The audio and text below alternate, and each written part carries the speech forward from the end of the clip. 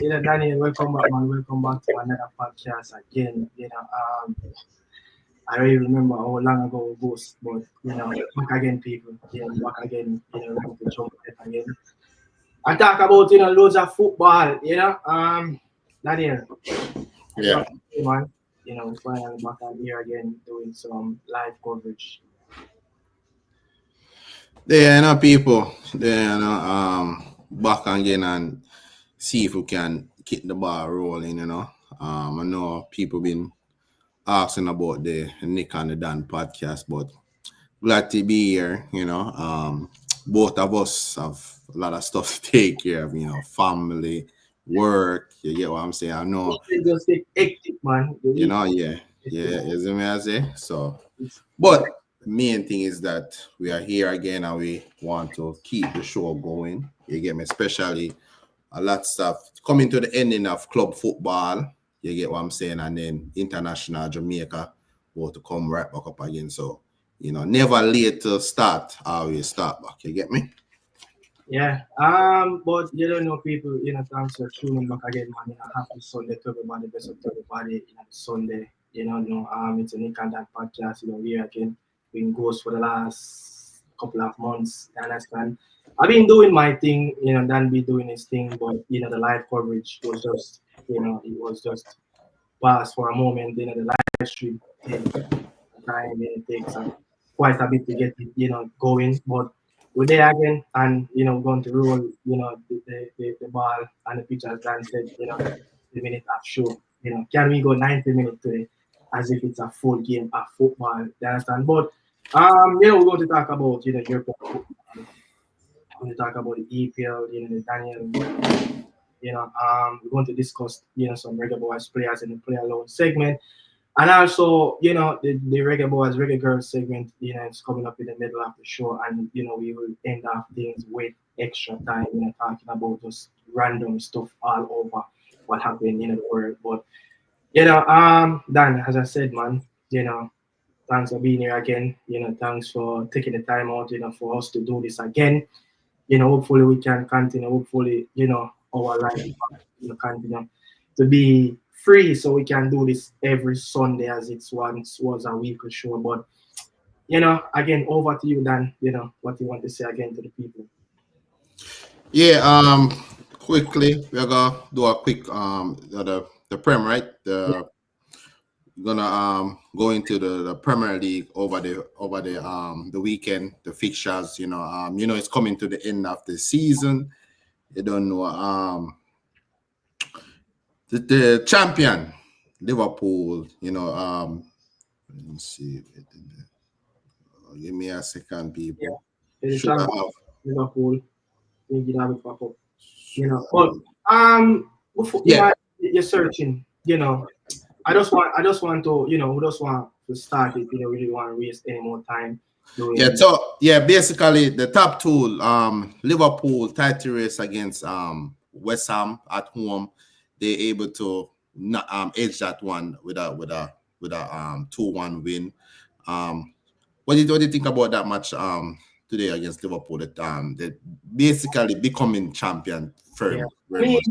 We're going to get there. But I want to talk about this for the next 5 to 10 minutes. Talk about what happened in the Scudetto race. What happened with the Pichichi, over there in the La Liga. The Golden Boot race is happening up over there, the title race, and and discussing the Dia Classica, played over the weekend as well.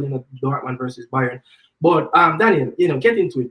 Is this one of the most emphatic, title race you have ever seen in the La Liga? Where Atletico Madrid, Barcelona is right up there, Real Madrid is right up there. But I don't think many of those teams, manage to put in, I would say probably, the Barcelona and the Real Madrid is very consistent. When it comes down to, a title challenge, a 4-point gap in the La Liga race is a very big margin. But they are not managed to put in, at least between, I would say, 80 to 90% consistent. They are not doing their performances consistent. We saw, over the weekend, the Barcelona game, versus Leganes, the game that ended, 1-0 earlier today. The Real Madrid game beat Deportivo Alaves, they managed to scrape by, so both teams won, 1-0, but the performance have been still. But we're going to start off with, with Barcelona, winning that one on Saturday versus Leganes. Their coach, the German, Hansi Flick, did something in the game that I think the question, your knowledge. Yeah. Started, Garcia in the midfield in that 6, and they were getting a lot of run over. The team was playing a little bit more, aggressive. Until he brought in, Frankie de Jong in that second half, they managed to, get in tackle the game and start to run back, Leganes, and start to play the normal football. The midfield start to play a little bit more quicker through the lines. What you think about, Flick playing Garcia over in that stadium away in a game in Madrid? I think it's much more about rotation, especially after they play during the week in a very easy Champions League game. But I think it's very much about rotation.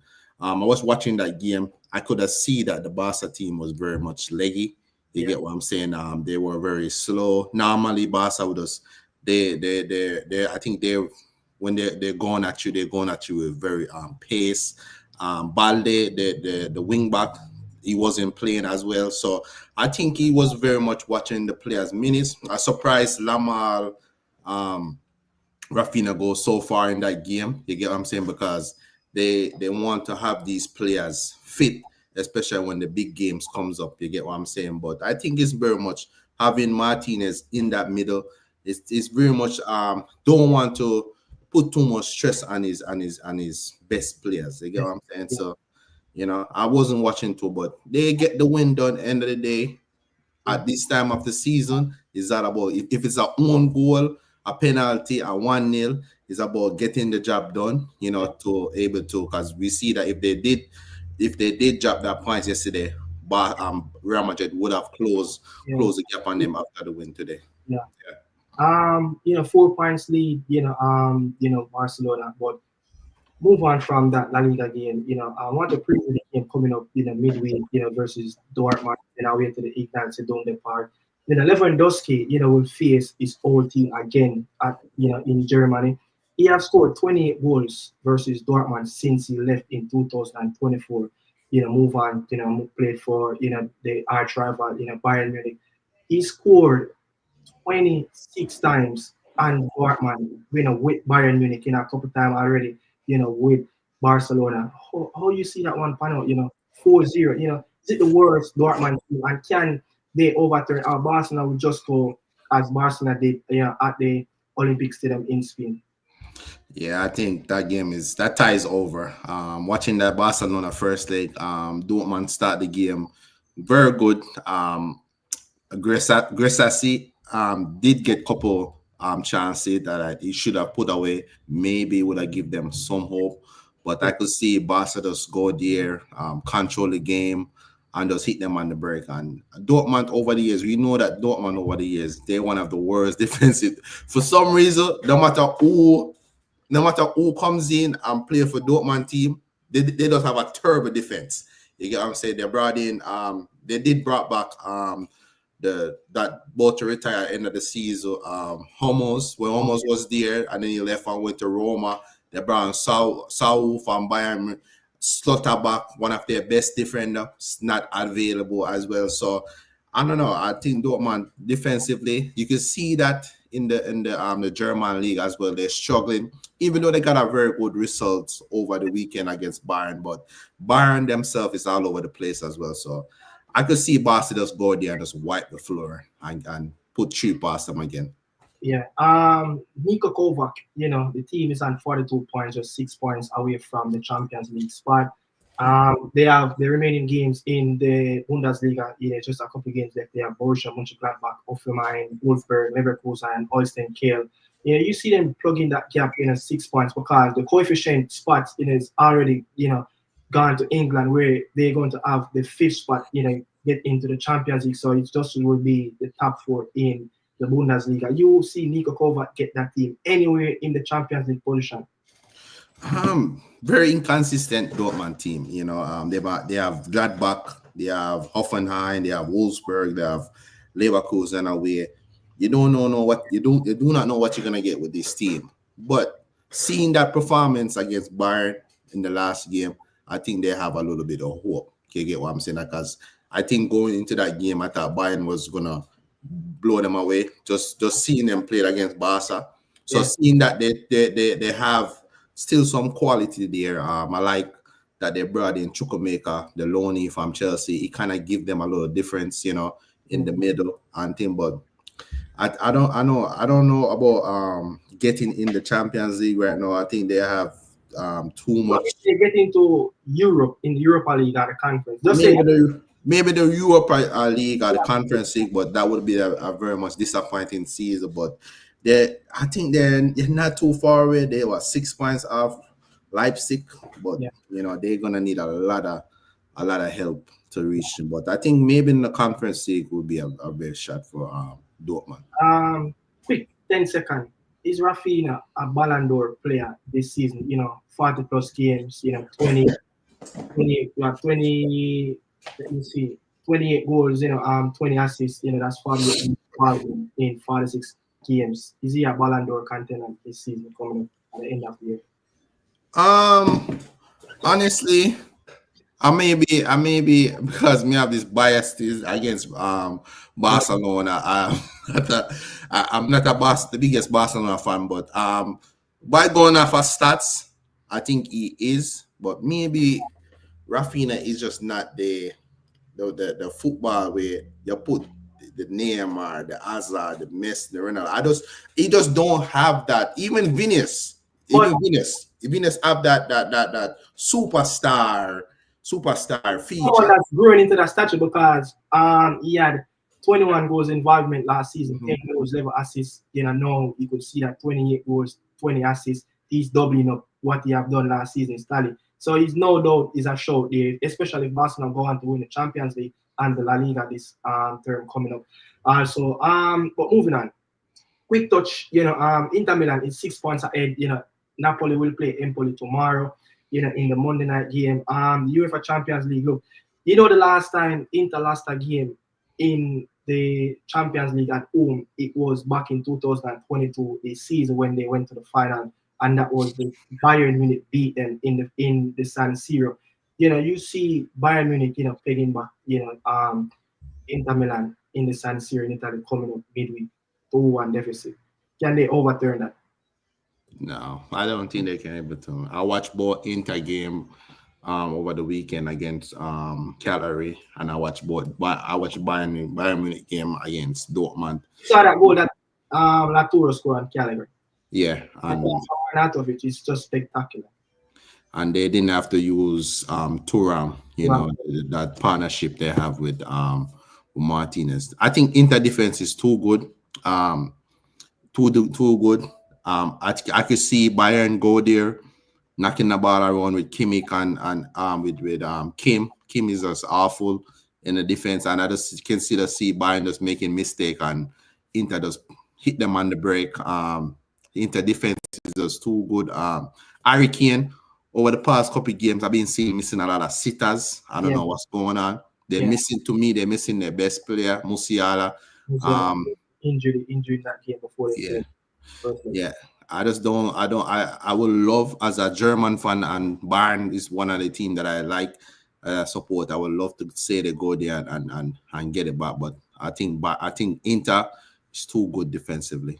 I want to ask you a quick fire question again, 10 seconds. I want us to answer it quick and possible. Bishek, the German defender, Inter Milan, Bastoni, is the best two youngest defender in the world at the moment? Yes or no?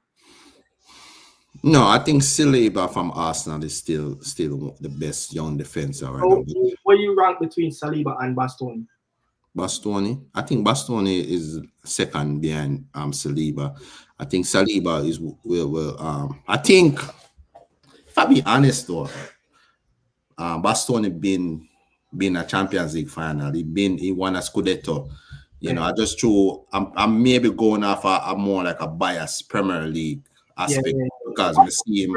Because we think that the Premier League is the best league, and if you're playing the Premier League and you're doing the best thing, you're one of the best. But I'm gonna go with Bastoni.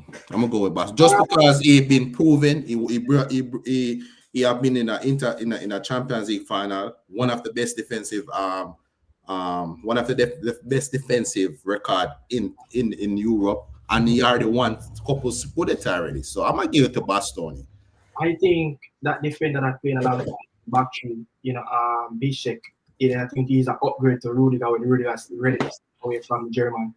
I think he's very good. I think he scored a bullet header on Cagliari. I didn't know he was a German until the last international break. He's a German. But Inter Milan, since they went to the final in 2022-23 season, they played 68 games after the final and they only lost 5 games. So Bayern Munich have something, a very difficult game coming up in the San Siro. But Lautaro Martinez, since the final, 23, the year of 23, in 143 games played, 75 goals scored.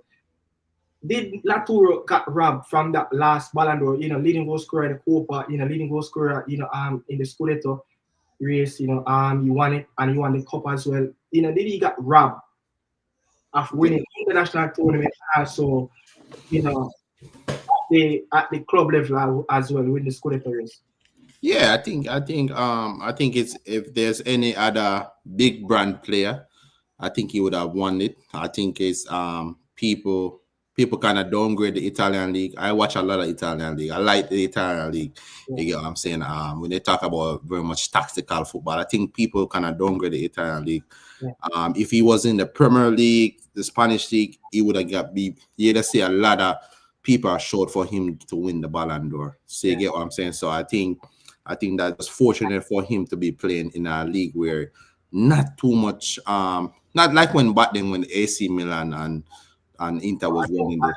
I don't want you to say pressure because it's very pressure to play. No, I'm not saying it's not pressure. What I'm saying is merely because Italian team have not won the Champions League since Inter, and that was at 2010. Yeah. You get what I'm saying? So that's probably one of the reasons why people not really. And there's so many times that there's a player that do so good in Italy and come to the Premier League and not really did good. We can go by so many names. Lukaku was in the Premier League, did okay, went to Italy. You get what I'm saying? So yeah. Before a ball was kicked last weekend, AS Roma. Actually, I've got the most points in Europe top 5 league. Before they played Juve last week. In the Stadio Olimpico, they got 32 points. Before ball was kicked last weekend. McCLAREN Ranieri, is going to step aside at the end of the season. They drew to the arch rival, Lazio in that capital derby. Your words on how this man is progressing AS Roma up, because when the Rossi was there, the team actually just won 3 games in their first 12 games of the season, and then he took over in November, and then from there Roma just started to fight with him. This is his second stint as AS Roma. He's a Rome. He's from the oldest city, as they say, in Italy. But your assessment on McCLAREN Ranieri, for AS Roma. Legend. You have to give him his flaws. A champion of Premier League. I don't think you ever see a team out of the top 6 or the traditional top 6 in the Premier League ever win the Premier League ever again. Not in a million years. Maybe when we become grandpa and grandpa, we maybe see something like that again. But great top coach. I watched a couple of Roma game. I like Paredes in the midfield, Argentine World Cup champion. He just know how to run the middle, and sometimes the coach, top coach, he doing a good job. At one time I could not believe that they won so many games, but I don't know what's wrong with it. I don't know if it's the players with this Roma team, because every time when a new coach come in, they go on a very consistent run, and then after that they hit a block. They hit a block and then they start going on. But give him his flaws. He came in, do what I have to do, make Roma pretty much competing again. You get what I'm saying? They're very much 7th. They still can get Champions League. You get what I'm saying? That's crazy to think that Roma, and can still get Champions League. I was watching that game against Juventus. They were really good, holding their own. Even though Juventus was struggle. The game against Lazio as well. Really good game. Going against Lazio. Ain't that's a city rival? Lazio and Roma. Yeah. I forgot to. I think one of them soon to move out of the Stadio Olympic. I think that's probably going to be Lazio, because I feel like it's Roma, Stadio Olimpico. I feel like that's more like a for them thing. You get what I'm saying? But I don't think people understand even the Milan derby. Let's say Roma. The Rome derby is one. That's some crazy derby too. I think the Rome derby is right up there with the with the Milan derby. But this season though, McCLAREN Ranieri 19 match, 12 win, draw 4, last 3, he's points per game 2.11, so he's right up there. And Stefan Pioli, you could see a lot of news flashing around that he's the one that might take over with the Rome team, coming up in the new season August as well. But before you move on to I think with Roma, Ranieri is over his career, I think he have the best points per winning ratio, meaning that he have like 50%. Over his career, it's 40. His winning percentage is 45%. Yeah. And he has managed over, I think, 700 games in his career so far. But what he have done 2016, 2000, is it 2016, 17? The Cinderella story? Or 15, 16? I think 15, 16.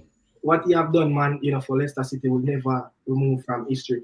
A yes or no question. Thiago Motta, a flop, yes or no? Yes.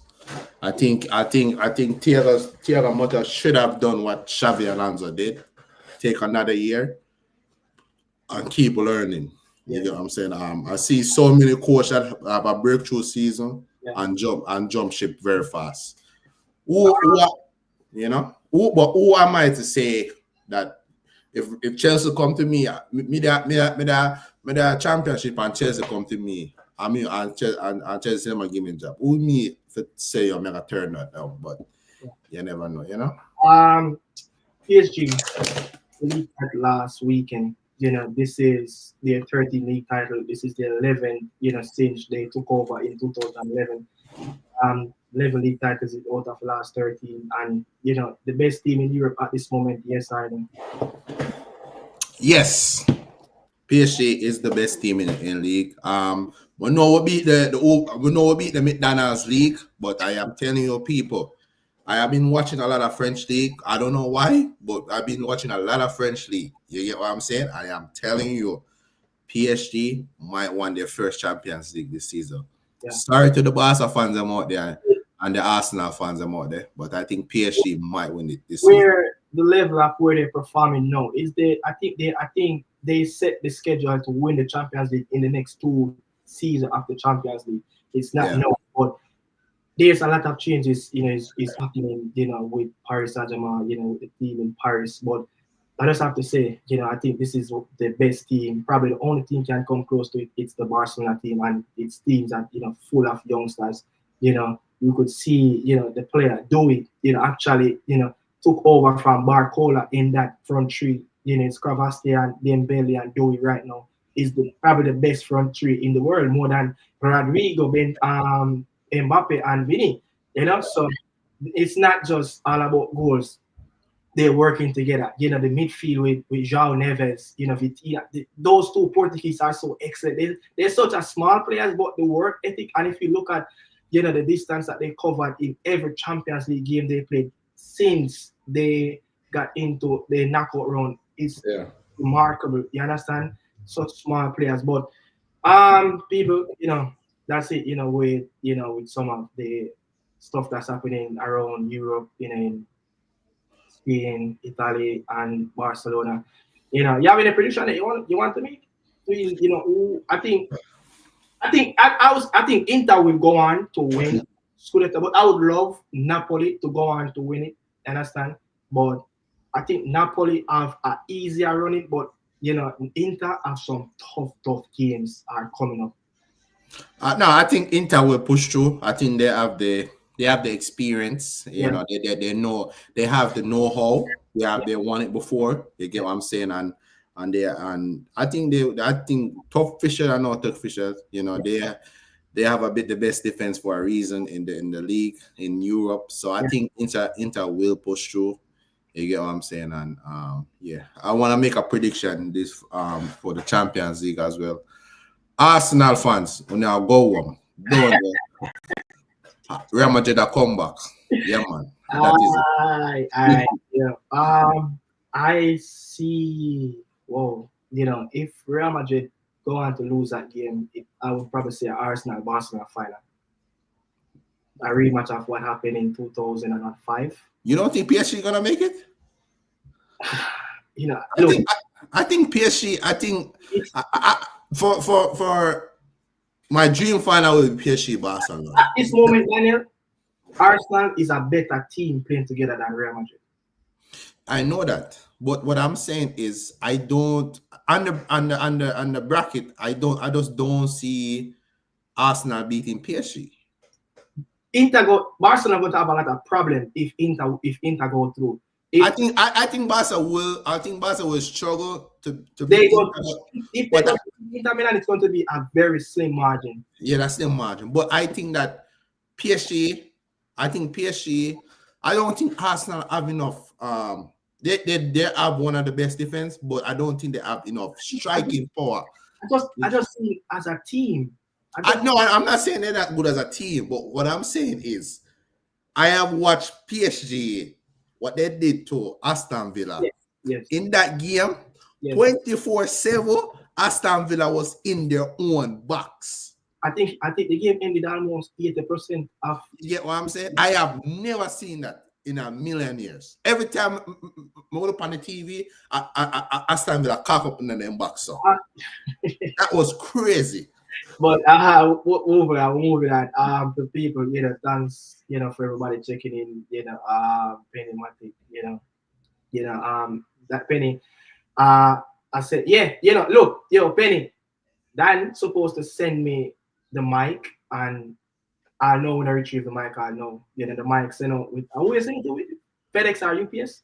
FedEx. I get that back of mine, man. Don't worry yourself, man. Yeah, and, so next weekend, I will be getting one of those mic, you understand? So audio will be coming through very clear. When I say that echo?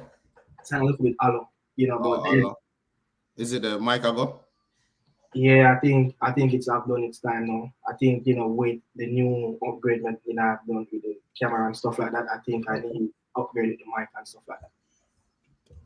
So I just like, yeah. But people, we're gonna talk about, we in 33 minutes of the show, so we're going to go into, talk about a little bit of the EPL, the Daniel EPL corner, and after this we will jump right into it. Ride the beat when you rock the mic, put your foot on the gas and eat a red light. Ride the beat when you. Here comes Salah. Liverpool's tails are up. Salah! It's quite simply stunning from Liverpool. Bukayo Saka!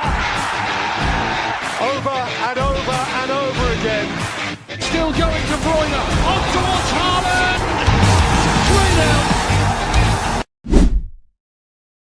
3-0. So Daniel EPL corner, look, going to start off. Forest went down 1-0 at the City Ground. Did you surprise of, David Moyes went to, City Ground and got, Nunes points at the end. Dokor talking about this contract that's going to end at the end of the summer. What do you think, man? Goodison Park is coming alive again with David Moyes. Not surprised that Palace Forest start to fall off. I think it's too good to be true. They were they're moving so good throughout the season. I just know that there's gonna be a time after season where they're gonna start falling off. You get what I'm saying? Everton, one of the worst team you could have come up against. David Moyes and him low block. But let's be honest. There's low block against low block because Forest play the same type of football. You get what I'm saying? So I think that David Moyes was kind of surprised that Everton went back there, knowing that I was thinking that they want to move on from those type of football, especially getting Sean Dyche after. So you would think that they want to, but bring back, you could have said, is David Moyes their legend? You could have said he's Everton legend. I think he deserves a statue. Yeah, I think he does, but I think doing good. They're going into their new stadium soon, so fresh light to Everton. And Forest, I think Forest gonna start falling off. I think they remind me of that Leicester City team that year that they almost got the Champions League and they start to fall off in the last month. I think that might be that the football and the timing might catch up on Forest. Their next game will be at Tottenham Hotspur Stadium, home to Brentford, away to Crystal Palace at Sellers Park, home to Leicester City, away at London Stadium to West Ham, and then round off with Chelsea. That last game at City Ground, I think that game will be a very, very. That's gonna be a very good game right there. I think I have Forest to qualify for the Champions League. You think they're gonna push through? I think they're going to push through. Did anyone say this? Did I ever made a mistake and said Villa is the best team in England? Did you say that or I said that? Aston Villa is not the best team in England, Bossy. They beat the best team in England. Did you watch that Liverpool game that they play in the Champions League and they bust that game, the whole game at Stade de France, and Liverpool could have not got a kick off the ball? So you was talking about Liverpool, not Aston Villa. No. He's saying they only beat Aston Villa. So basically, I must say your PSG is not that good because they beat Aston Villa. You get the drift? Yeah. So I must say, them just beat Aston Villa, which is not the best team from England. So me I try to say them already beat Liverpool and not Liverpool. Oh, you understand? You understand? Hearing something in the background? No. All right, cool, good. Yeah, so yeah, I get it. I was just a little bit what was happening in the background. Yeah, it must say, them Aston Villa them just beat. No, they beat they boss Liverpool. Liverpool get a lucky goal in the last minute. Yeah. But this is a weird one though. When Doucouré scored for Everton, they had to lose 20 games, 4 wins and 6 draw. I know he's not the most gifted player in England or on the Merseyside in that Everton side, but he's a hard-working player. And I think you just can't just build a team with superstars. You're going to need players that are going to be working for really hard. Really work hard for the team. And in that Everton team, he has covered the most miles to anyone in that team. I think he scored. I think he's right up there. Or not, he's the leading goal scorer for that team alongside Beto and Calvert-Lewin. But you think David Moyes should go ahead and give him at least a couple of contract at the end of the season? Yeah, of course. I think he has been one of their most consistent players. Every time I see Everton having a really good game, he's having a really good game. You get what I'm saying? I think I remember when he was at Watford. Comes. He's very. Honestly, I think I would have taken him in my team. He's one of those very honest player. Give his all on the time. So I think he deserves a new contract. Yeah. Manchester City were feeling down at home versus Crystal Palace, the Eagles. They won that game 5. Did you saw that performance? Coming. No, I did not. You good? Yeah, I'm good. Continue, proceed. No, I was gonna say I did not see that coming, and I think Crystal Palace dropped the ball. They went up 2-0. They was leading. They almost went up 3-0, and then that goal on Eze. Eze for that lack of concentration of getting ahead of the City back when he was the last man to see the full line in front of him. Yeah, I think that was very disappointing for me, especially the first goal, the first one that he scored. It was almost like the same. So he would have just stay onside. You get what I'm saying? But Kamada made that silly tackle on the edge of the box, and from that, City just they did not turn back. I don't know, man, but Kevin De Bruyne, just weird. He came up big in this game. I don't know. It was his first game after he announced that he's going to leave, Manchester City at the end of the season. And that free kick, I think he struck one at the post, but I don't know how that one didn't win in. But Kevin De Bruyne had one of his best games of the season. Unfortunately, he came against in our team. Yeah, our team is performing really well. Oliver Glasner, the Austrian is getting that team get up and ready again. But Kevin De Bruyne, who you see, I see, the likes of, Gibbs White, the likes of Ritz, stories coming out that Manchester City are monitoring those players. And Farry said, hey, Gibbs White is 100+ million. Do you see any number out there that can really, they can go to get? But I think Ritz is that one that they really want. But I think he will probably stay for one more season at Leverkusen. I think there's a promise and a loyalty in his contract.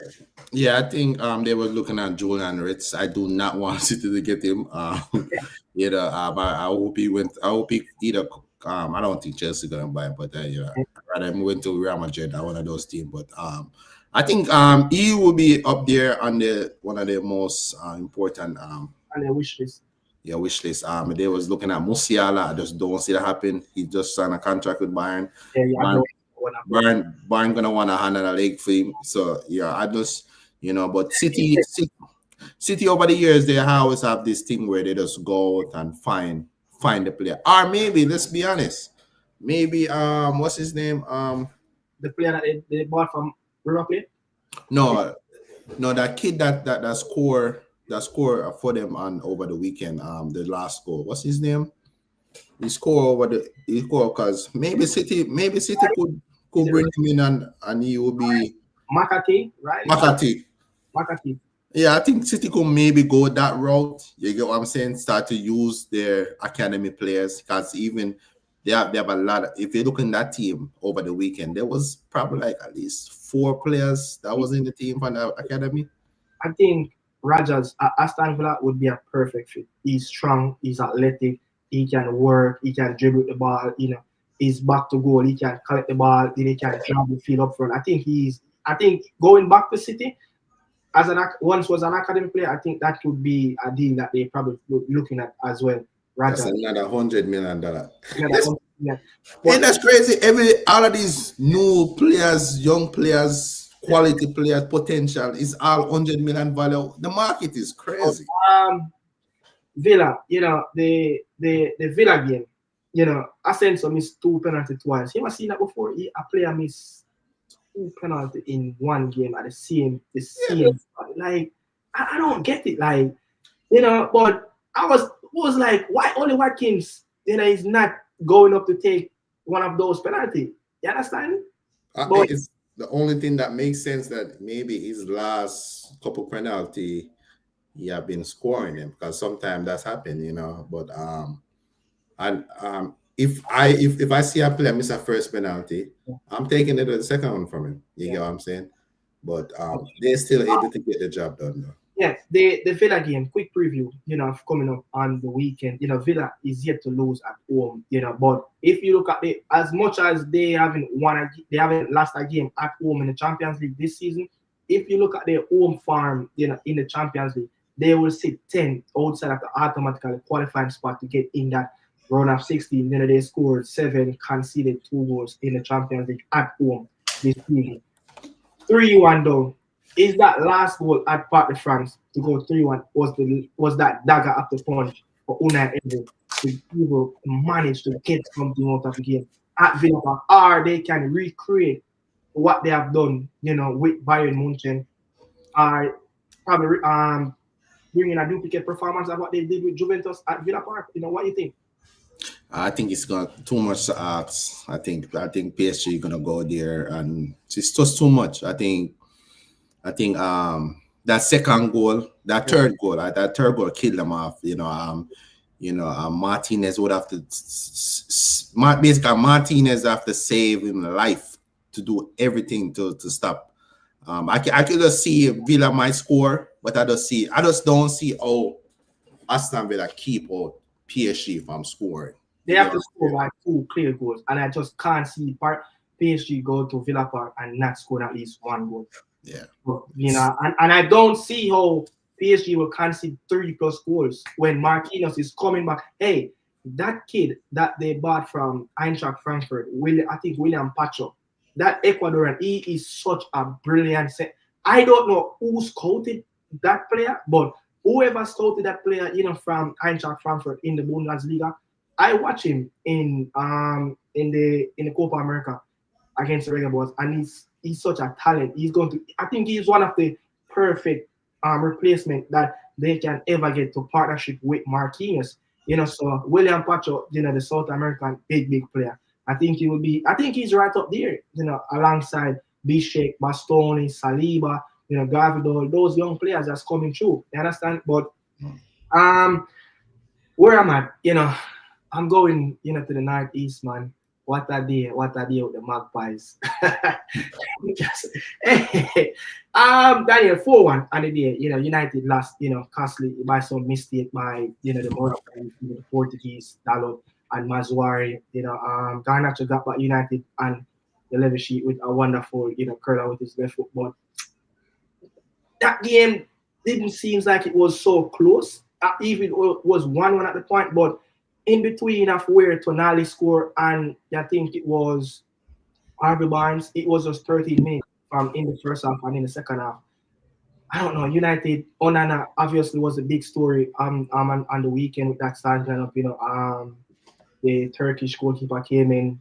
Onana rest at home. The Turkish goalkeeper made a mistake. Where Ruben Amorim go from here? Both goalkeepers are making mistakes. Like I don't know how to say it, but just seeing goalkeepers asking to do such a fabulous job where just dink the ball in the midfield, ping ball 60 yards out, it's just ridiculous. Goalkeepers are the one that's starting the build up, but Manchester United, 4-1 at Newcastle, where they go from here again, coming up against Leigh and Leigh, I think Leigh won and I think Leigh won earlier to the 3-1, Trey score, Lacazette score as well, and the number 9, can't pronounce that player name, the main player scored. How you see that game coming up, but tell me what happened though, first before we move on to the Leigh game at St. James Park. I think you already know what you're gonna get from Newcastle at home. I think that's one of the worst places to go. Otherwise than maybe Anfield, I think Newcastle is just one of those ground where you just know you just guarantee you're gonna lose. Even on the touchline. You have to play very hard to win at Newcastle. But seeing the starting lineup, he went with the young keeper, the defense, Lindelof and Euro. Mazari, the youngster, get his first start. Seeing Ericsson even starting, you get what I'm saying? But United was well in their own. Zerski, he started to play. Him and Bruno having a very good connection. I think that's a big blow for United. Big blow. If United want to go far in the Europa League, I think missing Zerski gonna be massive because Holland is just not it. Feel sorry for the kid too. Brought into a new league. So many, one of the biggest club in the world, so many pressure, don't have an experience striker to learn after, to show him the groom, you get what I'm saying, just leave out there and just go figure it out, you get what I'm saying, very difficult for the kid, but United, the season is over, this is probably going to be one of, if United don't able to win the Europa League, this is going to be probably one of their worst season in the Premier League era, you get what I'm saying, and United just going to have to tear down the whole club and rebuild, you get what I'm saying, and give Uno Amorim in the players that he want to play for his system, because I want one thing I can give it to him, man. He's stubborn, because my God, I would have tried, if me was a coach, me that try something different. You're the man stubborn. The man say you're this me a play, and this me a play. He's a believer. But do you see? But I see United slightly budge that gauge a little bit in terms of their performance and players kind of understanding the theory about, I think they kind of understanding a little bit now, but I think they understand a little bit. I just think the quality is not there. I think about the personals that he wanted on the pitch, and I think the main objects in that setup is the two players that want to play behind the number 9. They are very crucial, and he's wing backs. And then that's what I'm going to. And then the wing backs, when to go forward, when to come invert, and when to stay wide. And when one go, it's just different. When you look at Sporting play that game against City before he came over, it was just different. And those Sporting players, they're not higher, bigger profile players at United, but the regime that they got in Sporting with Amorim for the last 4 seasons there, it's just remarkable, and how he structured that team. Is United players just not technical good, because these are, if you go through the United play squad, there's a lot of international players. Yes. So why cannot they adjust to a system? No, because if you look at David Moyes came and just Everton just like this at the same time, they just flick a switch, Beto, a man that was already getting game, just that look like he's a proper number 9. No. You understand? Arkoski seems like he's one of the best center in the league in defending. Brathwaite finding back himself. So, he's getting rhythm and tune out of every Everton player. But for some reason, and I think at United, it's just a different story in terms of the whole footballing, structure. Go back at what happening off the pitch. It's just different of what's happening at that club. So I don't think what is happening on the pitch is reflecting on the quality of the players, but of what is really going on off the pitch as well. You know, so many stuff is happening behind the scene. But at Stamford Bridge, you know, Ipswich 2-0 up again in back-to-back games. They did it, you know, at Portman Road versus Wolves. They got crawled back, you know, and they did it at Stamford Bridge. You know, what happened, man, you know, Jadon Sancho was a rescue for Chelsea in that game. But you actually almost clean shot, you know, that 3 points at the end. But disappointed one at the bridge by Enzo Maresca. I don't know, man. I think Chelsea board, them just love a mediocre coach. I don't know. Potter, Lampard, Pochettino, I know Enzo Maresca. Four coaches that we have signed since this new rage board. You said that 4, right? 4. Tell me the 4 coaches that coached Chelsea between when including Jose Mourinho first stint, until the Conte. So you have Avram Grant, Jose Mourinho, you have Gosling, you have Carlo Ancelotti, you have Andre Villa Boas, the Matteo and Phileas Andreas Boas. You know, so you would say outside of Ancelotti and Jose Mourinho, how much of those coaches like Avram Grant, the Matteo, Villas Boas is more talented coach than and Conte is a part of it with Ancelotti, Jose, those 3 coaches. Even sorry, you can add sorry not to. How much those coach is a top notch? Those last 4 names that you call with Avram Grant, Villas Boas, you know, the Gosling and those coach. This nowhere near. It's a night and day, clear. You can see it. None of the coach that we previously hired. Some could say Pochettino maybe, but let's be honest, Pochettino have not won nothing in his career. You know, he basically get a free trophy at PSG when he went to PSG. He lost the title with Monaco. Exactly. You know, he lost the title to basically a PSG super team. You get me? So and you will see that he's struggling at USA at this moment. But anyways, that's mediocre, you know. But get into the game. I think Maresca, the first thing that I see why Maresca, what is he's doing, that tell me that this guy, he's just overthinking. He's trying to do so many different things that make no sense. Reece James and Maragosa up on the bench. 2 right back on the bench. You know who he decided to play on the bench? Play at right back? Trevor Chalobah, a centre back. He tried to play a centre at right back. Right back. You get what I'm saying? Madueke was having the best game. Pedro Neto wasn't having a much of a game. And he take off Madueke and put on Sancho. You get what I'm saying? Should have taken off Pedro Neto. I think Pedro Neto was having the best game after the second half started. Yeah, but Madueke is the one that set up the goal. So he was more like he was the one that most looked like was going to able to create something and score chances. You get what I'm saying? Palmer, I think the Palmer, people might not see this, but I've been watching it. I think the Palmer farm has been the fault on Maresca because the way he wants to play it. I realized that from last year to now, like for the first part of the season and to how we are playing now, is totally different. But I said this too, like I feel like Chelsea players was so used to Pochettino, they want to play this fast football, back and forth football. If you realize, if you go back to that, the first part of the season, or you see, even the ESPN, they was giving. I remember Kirk Burrell was saying that, if Chelsea continue up with this fast flowing football, boom, hit deep on the counter attack. If you realize the best game that we was having would be Wolves 6 something, or be Brighton 4 something. These was just fast football, fast. I think that was more like a Pochettino style. The team was still playing the Pochettino football. So you know what I realize now? The second half of the season, 3 centre back, the fullback them keep on inverted in the middle.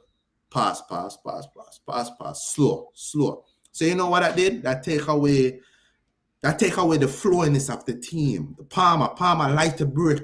Palmer think of the game. Yes, you get what I'm saying? Jackson like to run behind. It's too slow. It's not gonna work. And Enzo Maresca, that's onto him. He come out and say it. Him say him don't know why the fans are boo for. Cause him tell the players them to keep the ball. Him say if Robert Sanchez is not gonna play the way he want to play, he will not play. Pass the ball, keep the ball, don't kick away the ball. That's on the coach, and this is why the team is playing like that. You get what I'm saying? So I think if we don't make Champions League, he have to go. He just have to go. You know, if we don't make Champions League. It's simple as that. If don't make Champions League, we have to go. You know. I was going to say something about this, but it kind of, slipped out of my head. But it just, I think, coming back after a lengthy injury, but being mentioned for the last. This is just unusual for Ethan Pinnock, for not getting games. You understand, for Brentford, but. You think that it's more of concern that give him a little break and a little sit out, because he's one of the most consistent player, and he have played some of the most minutes in that backline as a Brentford centre half. But what do you think? You see any concern in it that Brentford is moving away from the Reggae Boyz international player?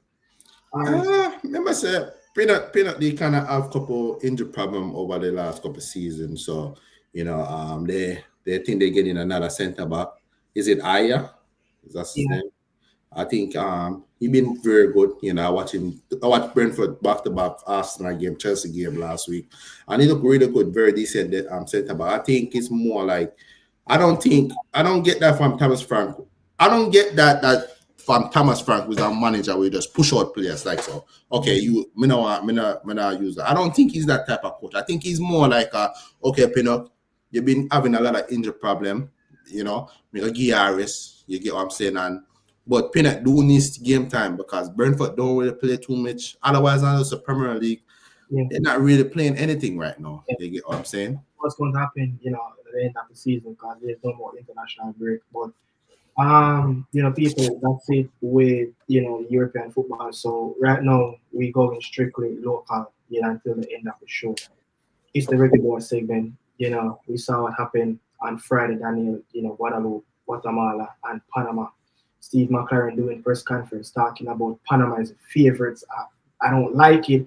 Ball kick already in a World Cup, and this man calling Panama the favorites in the group already. We're going to get into that. But I want to get your reaction and initial thoughts on when you first saw the group that we're going to be in the World Cup again, Guadeloupe, Panama, and Guatemala. What's your personal instinct at first that you think? What do you think about first? The first thing I think about Panama, that's gonna be the outstanding fixtures. Guadeloupe and Guatemala. I think we should be able to beat those teams regardless of the players we put out there. But I think Panama, I think we should.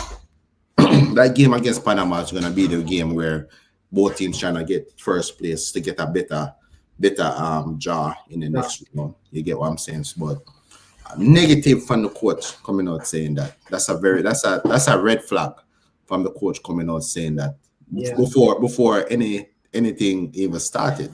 I think that's negative too. Hold that point a little bit, but I'm going to get there. But was talking on the JFF YouTube page, and so what you have to say around the World Cup? The draw, was looking forward to the draw, and and one thing I've learned since taking the job in the Caribbean, there is no easy games, and we don't expect an easy game. So we are in the group we're in. It's Guadeloupe, French colony, players from France, Turkey, Germany, good players. First and second division, their leagues, so good players. And there'll be a surprise package. I know that. I've seen a little bit of them. Guatemala, obviously, we're playing them in the World Cup qualifiers, so we're in preparation for that. And we'll learn a lot more after the World Cup qualifier. Guadeloupe have 10 players within League there. The second tier go back down to the 5th tier of French football, but majority of their players are in the 3rd tier and the 2nd tier of French football. This team was in Cuba, Guatemala, Canada last World Cup. They managed to beat Cuba. They managed to get a draw with I think it was against Canada. They managed to get a draw. This team know how to find a win in World Cup. They went to back-to-back World Cup. Yeah, this World Cup coming up, this is will be their fourth appearance. They won games in back-to-back World Cup as well. So playing this team second after we play the first match with Guatemala, I think, so that's like with Guatemala. It will be a very interesting one. I remember when Junior Fleming scored one, I think late in the 80 something minute in Orlando in 2019 World Cup, where we just barely managed to get over the line. But coach have said there will be some very difficult games. You have said regardless of Guadeloupe and Guatemala, Reggae Boyz need to get 3 points. That's how we look at it. The players that we have, we shouldn't be dropping points with those teams. We beat Guatemala, in Cincinnati in the last round of the knockout round in 2023. But what coach have said, about there's no easy games. Guadeloupe, they have players that's playing in some very tough league in French football. As I said, they have 10 players between Liga, the second tier, go right down to the 50. I think they have like 2 players playing in the 5th tier, but they have players playing in the Serbian League, the Super League, Cyprus Super League, Luxembourg. They have a player, the captain play for Union, and they have a player playing in Turkish League. So they have players that are very professional players at a very high standard. So the heritage players, again, don't be surprised that more heritage players will be coming in again this summer to help to strengthen this team in the World Cup, as this island, Guadeloupe, they prioritize to get into the World Cup. They know World Cup qualifying is such a hard thing in this region for them. But what you think around what the coach have said and the heritage players that they can get? I think it's gonna be challenging. I mean, let's be honest. We've been doing the same thing. We've been searching all over the world for Jamaican players. So it seemed like other teams figure out the formula now. Say, boy, better we'll go around and figure out who can play for this team. But it's gonna be a very, very tough group. You get me, especially hearing the quality and the teams that these players playing for. You get what I'm saying? So we cannot take. When we go into these games, as much as we're saying that we expect this team to win these games, we cannot go into these games lightly and taking these teams lightly.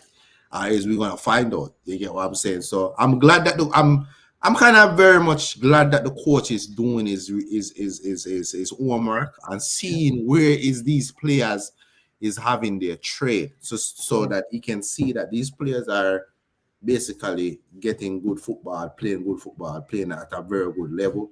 Yeah. So when his players come into this camp, he can tell these players and say, hey, listen, these players are playing at a very good level. Those players are scoutable, they're easy to scout because they're playing professional at high level, so the stats and everything is okay. Yeah, so just because he named Guadeloupe and Guatemala, they just turn up and say, all right, we are Jamaica before we win this game. You get what I'm saying? So I'm glad that he's doing his homework, because I feel like we as a nation, we're so arrogant. You get what I'm saying? We feel like say, otherwise on USA, Mexico, or Canada, we feel like say we are the big dog. You get what I'm saying? So I feel like say, I'm good that the coach is doing his research, but I still expect Jamaica to at least come second, no matter what. You get what I'm saying? The quality we have. Before we talk about Guatemala, Miguel Herrera, the coach for the Los Tigres, Costa Rica, have said this right after the draw, and he said something within the same sentence that coach have said, but he kind of spread, his words a little bit more. But listen to what, the Costa Rican manager has to say around the Reggae Boyz and heritage players. Before we go to the DR, Dominican Republic, he have said it, the region is getting stronger because of heritage players. What Suriname can go, good players in the Netherlands, the Guadeloupe, can get the players in France also, the Martinique and those players, the Reggae Boyz, and other local Caribbean islands can go there and get players in Europe as well because of the migration of what happened in history. But do you see this region is getting more competitive? Because during the last sets of Nations League games, a lot of excitement happened within the Central American teams and the teams and that look at on the island, especially the Caribbean teams. You understand? They have done such a really good job. We saw Guyana, beating Central American team. We see Honduras almost, lose a game on the road against the island team as well.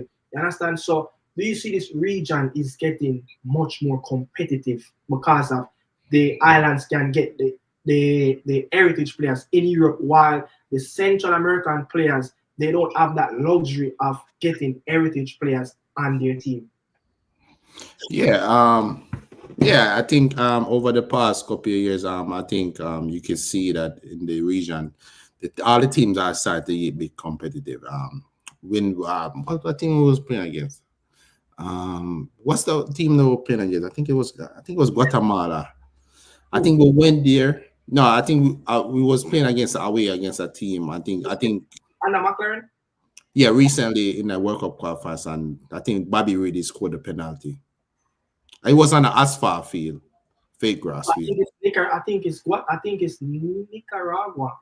Nicaragua. So just from the level of where Nicaragua is and seeing how they're able to keep the ball and play football like that. Yeah. And then it's got to go up more and more. You see the level of the quality. That's why we, as a nation, Jamaica, we have to start take things serious and more, because we're gonna get left behind. You get what I'm saying? So I think that we have to start to able to watch our surrounding and start to develop our players as well. Because I think that if we don't take the level of, because I feel like, especially when we get the players from overseas, I feel like when they see that, it's not Europe, it's not South America. You get what I'm saying? So I feel like they come with a mentality thinking that this is very easy. You get what I'm saying? So I think that we have to start to match up. I even start bring ourselves a higher level.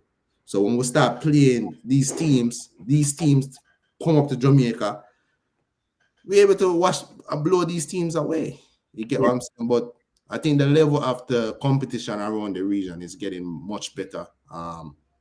Want to see teams start doing much better in the World Cup, start to perform really good in the South America, whenever the team again get involved in the South America. You see what Canada did when they last Copa America. America did it in the Centenary in 2016, where they lost in the semifinal as well. You saw that Panama even beat USA the other day in the Nations League semifinal.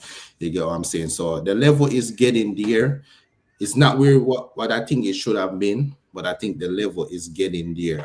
More and more Jamaican players is playing overseas as well, compared to what more foreign coaches that's not from the region is coming in as well.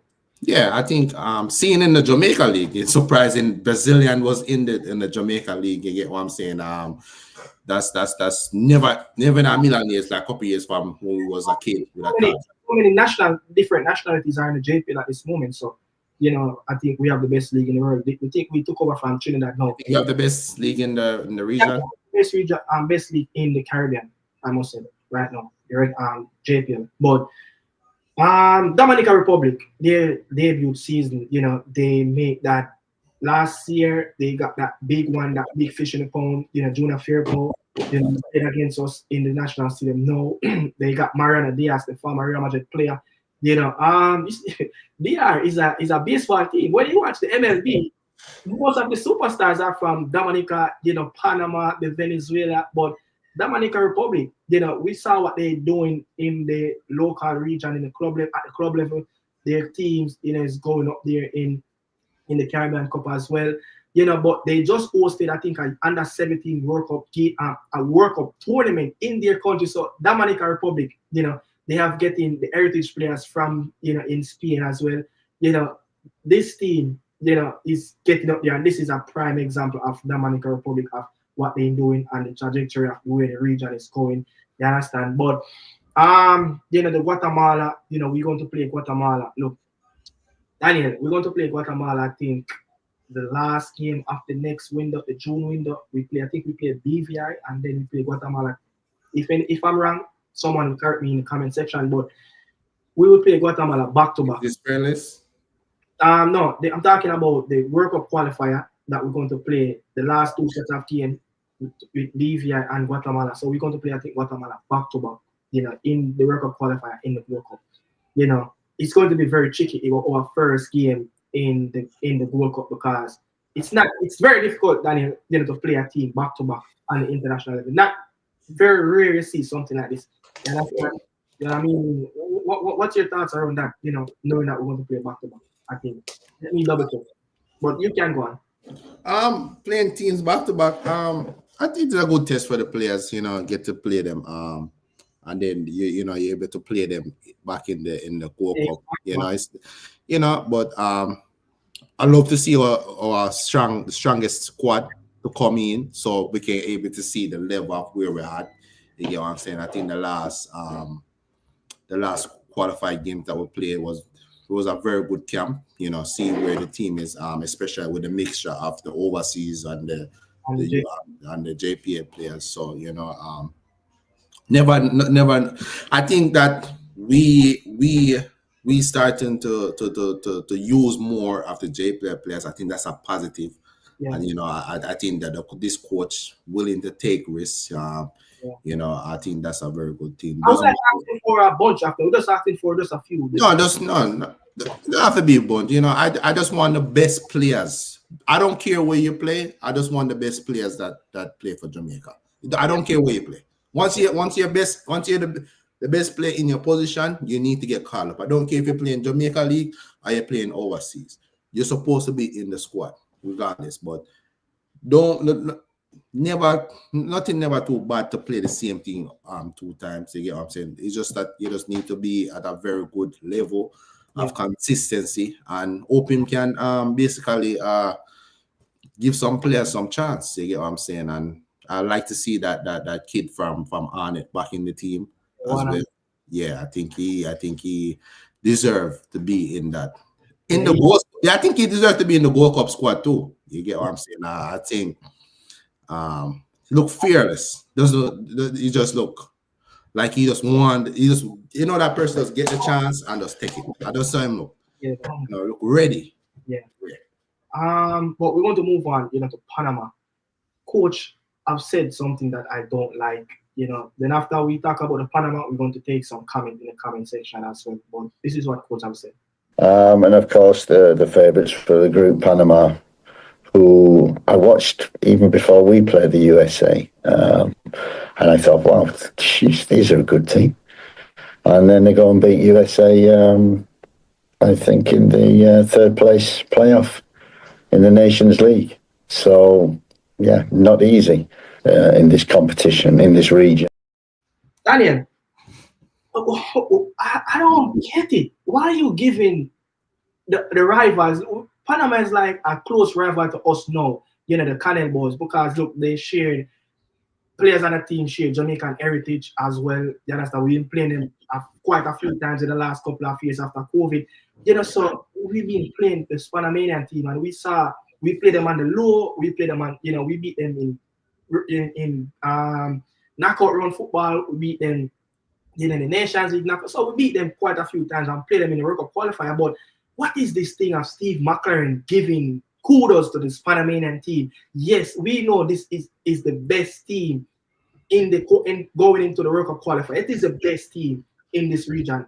Take away the top 3 dogs. You understand? But why saying it that they are the favorites in the zone? Is it that he's being political, knowing that he's probably political, right? That he's taking the pressure off his players, or he's just giving them that favorite? Like, look, my players, the truth is we are not better than the Panamanian team. Yes, I understand that the Reggae Boy team is not better than this Panamanian team at this moment, in terms of performances on the pitch, but not pound for pound quality individual players. But as a team, as a coach, they are the best team amongst the players, amongst the team that want to be in the World Cup qualifier. But why give them as the favorite? Why come out and say that your first reaction to the World Cup? The only thing that could make sense, you must see the defeat, the beat when they beat USA, and the man must say, oh, they money beat USA? Them money better than we? Yeah, and that's the only thing I can think of. Because why would you come out and say that? You get what I'm saying? But Panama have been very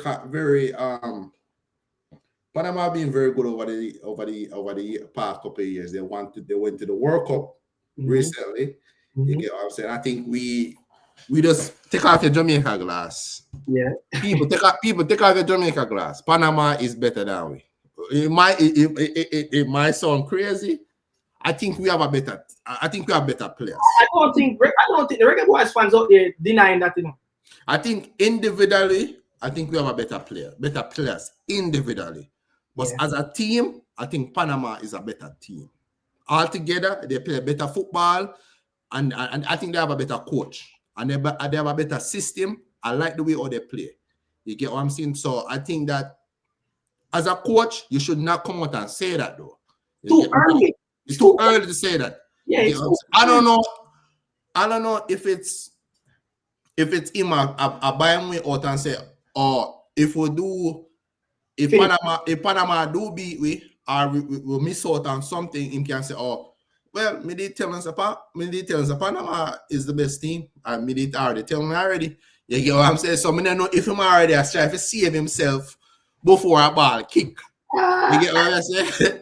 You see what I'm saying? So that's the only thing that makes sense. Him already has tried to make excuse already. But if we be real, if we talk football with realness, Panama is a better team.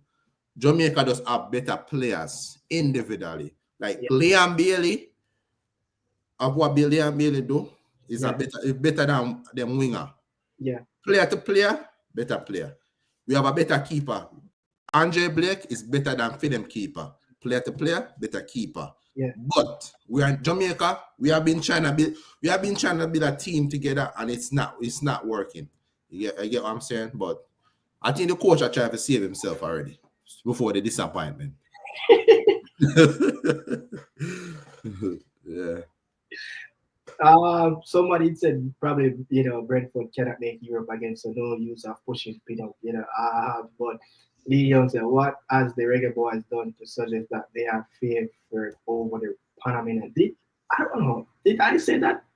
No. I think when it is said why the coach I said it already about the World Cup, and I think that person was answering saying that what does Jamaica have over the Panama to not say that?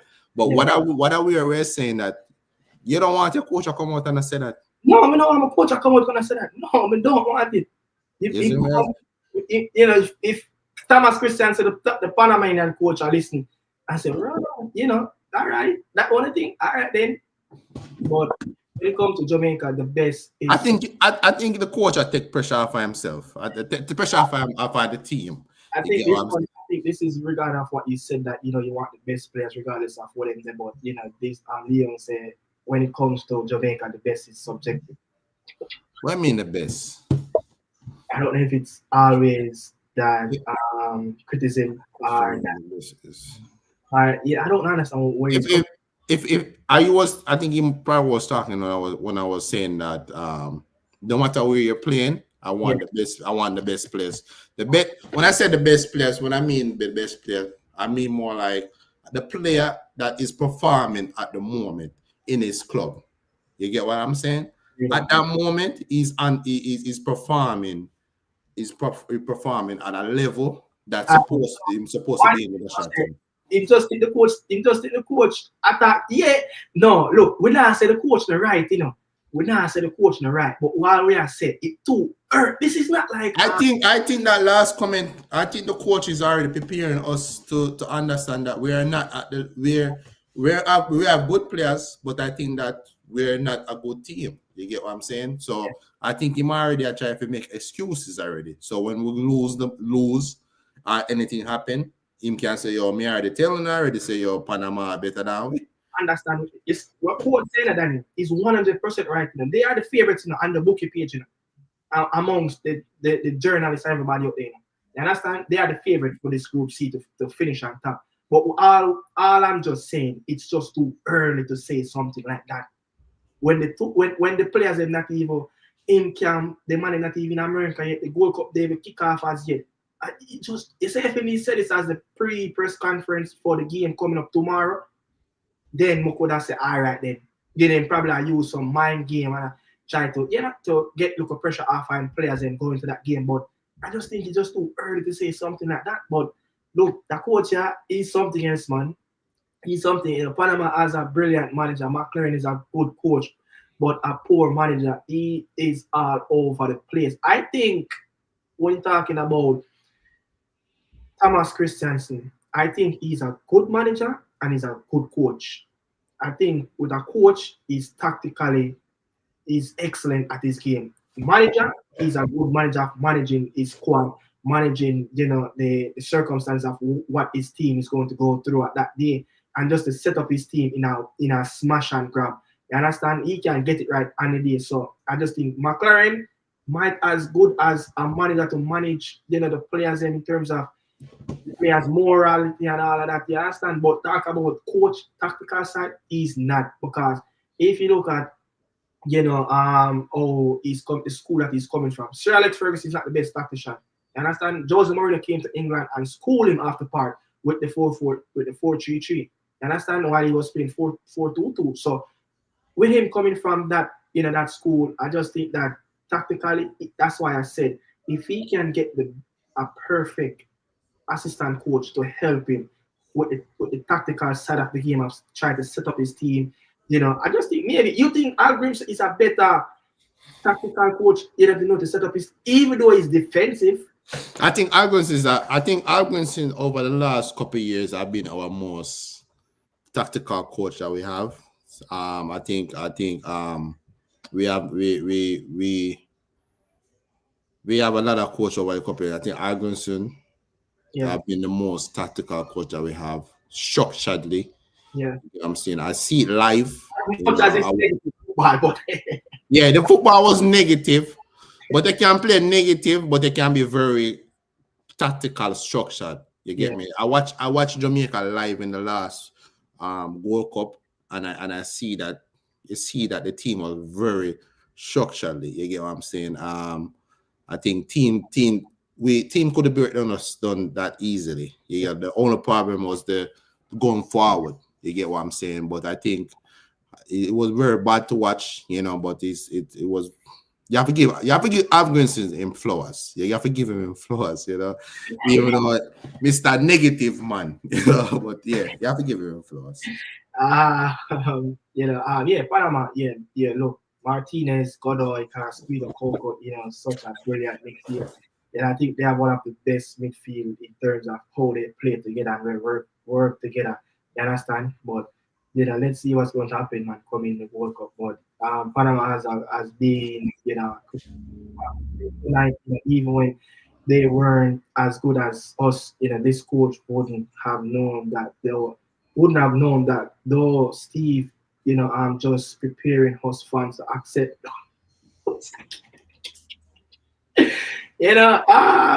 Look, only Jose Mourinho, management to the opposition. Steve McCLAREN said nothing wrong. He didn't say anything wrong, but I just think it's just too early for him to just go out and say that. But I make excuse already, but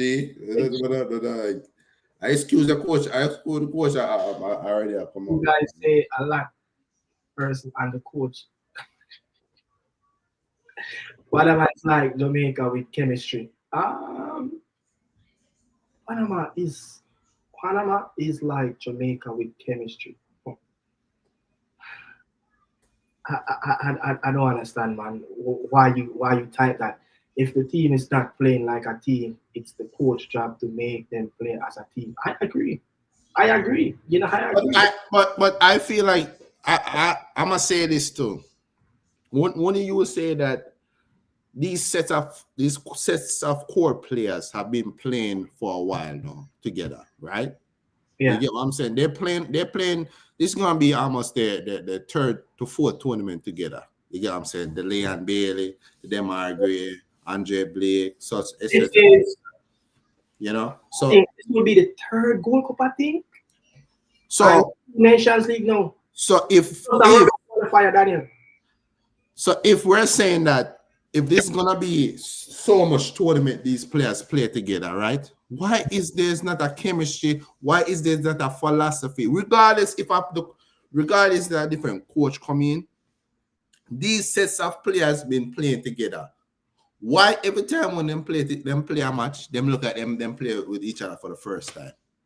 You get what I'm saying? Yeah. So is it that I don't know, because we see so many other teams, them have a sister core players, and then them know what to do. Them have a chemistry. So why won't Jamaica team play and them same set of money have been playing so many times together? But when them come Jamaica, it's like them never play together. I don't understand that. You're right. I think that's right, because this is their second World Cup, because I think 2021 was the year when Tapa have, the Jordan Fleming them and them played. But say from I think 2015 with Schaefer, Schaefer managed us in a World Cup, in a Copa America. Then we kick him out to the door. Tapa Whitmore came in. I think did Tapa Whitmore? I remember who coached us in 2017, but I know 20. I think Tapa Whitmore was a coach. I think someone can correct me, but Tapa Whitmore is the only coach from the last 10 years till now. You understand? Have coached us back to back in World Cup. So that shows that like every World Cup we've been to the last 10 years is like a new coach at the helm. Is that you understand what I'm saying? Yeah. So but Panama, Daniel, in 2021 they failed to make it out of the group stage after the World Cup. But 2023 they went to the final with Mexico. When Mexico beat us, I think, is it that? Where Mexico beat us, you understand? Yeah. They whop up us, I think 3-0. When Bishop Bernard give away one of the goal and Nana give away one of the goal, you understand? And then 2023 they went to a final, and then a couple of years after, they went to a final, which is the nation. But for a team that miserable, fall out of the group stage in 2021. You have to respect them and where they end at this moment. You understand? I just think they want the record, they want the force. You understand? So we give Panama all the credit. They are the best team in Group C. They are the favorite in Group C. But we just don't want our coach. Let us fans come out and say, hey, they are the favorite. Not the coach supposed to come out and say they are the favorite. Let the bookie them come out and say, them are the favorite. But going to talk about something else, and Steve McCLAREN have said something, and busy hectic schedule is coming up as well. This is Steve McCLAREN. It's going to be a busy summer. You talked about that. 3 camps, first the Unity Cup, then World Cup qualifiers, and then Gold Cup. So we're shuffling the players around a little bit, because obviously Premier League plays Saudi Arabia, and MLS won't be able to take part in the Unity Cup because they don't finish till late. They'll be a part of the World Cup qualifiers and the Gold Cup. So we're looking at a provisional squad of about 50 players at the present moment. Daniel, you're looking at a provisional squad of around 50 players. But look, Unity Cup, it's going to kick off a few days after the Premier League end. Is it the best time to integrate the players that we want from the JFL into this Unity Cup squad to get them that get them more of an exposure team? Because at this moment, Ghana is not scheduled to play any friendly for the June window that's coming. No friendly. So what I reach out, I have a connection with a player that played in Ghana at this moment, and he playing youth football, he playing in the senior team. And I asked him, will Ghana bring their local team to the Unity Cup? He said at this moment, it is the A team. So you're looking at, some of the best players around the world that's playing for the Ghanaian national team will be at this tournament. So where are we going to get the players? Because the Premier League players, their season will end a few days before the championship. League 1, League 2, whoever we have down there, go down in the National League, or enter down the National League. You understand? Their season, the regular season will end, I think, coming up in a few weeks from now. I think the first weekend in May, their season will end. If those players go on to qualify in the in the playoff, then their season will end wherever it stops after the first weekend in May. So where are we going to get these players to compete in the Unity Cup? Because Nigeria at this moment expect to pick a little quality players that playing abroad and a little bit of their players that playing locally in Nigeria.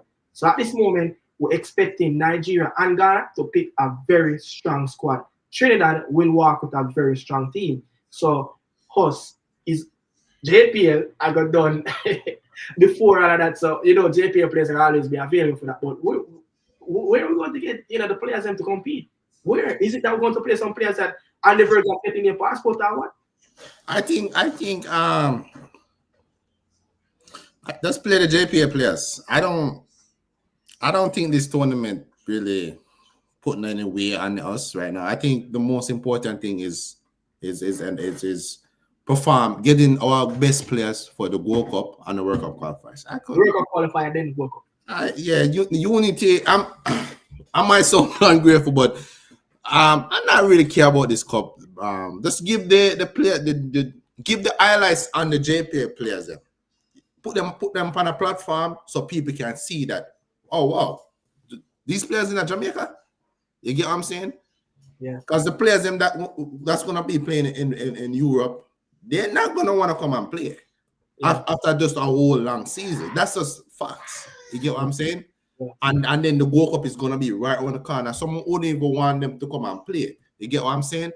I don't care, but we don't get nothing from this cup. We don't get nothing. Maybe if we win, we get some money, but that's it. You get what I'm saying? The main priority is World Cup and the World Cup qualifiers. I could care less about this tournament, to be honest. Give the highlights on the Jamaica League. Give the players in the Jamaica League to play. And that's what it's supposed to be. I'm telling you, bro. I know it's going to Leigh and Bailey and the Peanut, they're not going to be available for this Unity Cup, and then the World Cup qualifier that's going to play a week and a half from that day. It's the 27th and the 31st of May, and then the World Cup is the World Cup qualifiers is like the 10th, right there. This somewhere right around the 10th of June. So it's going to be a quick turnaround. You understand? Yes. And then remember, Ghana and Nigeria, they have nothing else to play in the summer. After June, everybody gone holiday. And Leigh and Bill need to keep him party. You understand? What one? I'm saying Leigh being like a ball. Too much football. Man, I say too much football. I need him to party. I need him to relax. I need him to chill in Jamaica. You see me? I said, the man I said too much football. But yeah, that's it around the Unity Cup. But I just think it's going to be a good tournament. I think the English them gonna get the people who have heritage, Jamaican heritage, the Ghanaian heritage, the Nigerian heritage. I think maybe these three nations, Nigeria, Ghana, Jamaica, maybe you could say a little bit of India have the most heritage people in that live in the UK. So I mean, it's going to be a sellout. Hopefully the GTEC will sell out. Hopefully, And that's a very good point from that last comment. We can see already forget Carlo from the Unity Cup. You get what I'm saying? Because we will be. Because let's be honest, every time when I see the players that play in the JPL play, and we do call them up to come and play. We play against Trinidad. We play against small teams. You get what I'm saying? So it's very good to put them on this platform to be able to play against. And then we can see what Warner Brown can come up with against the likes of either Nigeria or Ghana, whoever we play in the next game. Yeah, you understand? But I want to move on, to another topic. Move away a little bit, from. Should I move? Yeah, I want to move away from the boys. I want to talk about the girls a little bit. Recently, a couple of days ago, announcement made that the Reggae Girlz will replace China, to play the US women's national team coming up in their next window. That I think we will play the third or something, and then the China schedule will push back with the US. So I think we will be playing in Missouri. You understand? But I want to say this, Daniel.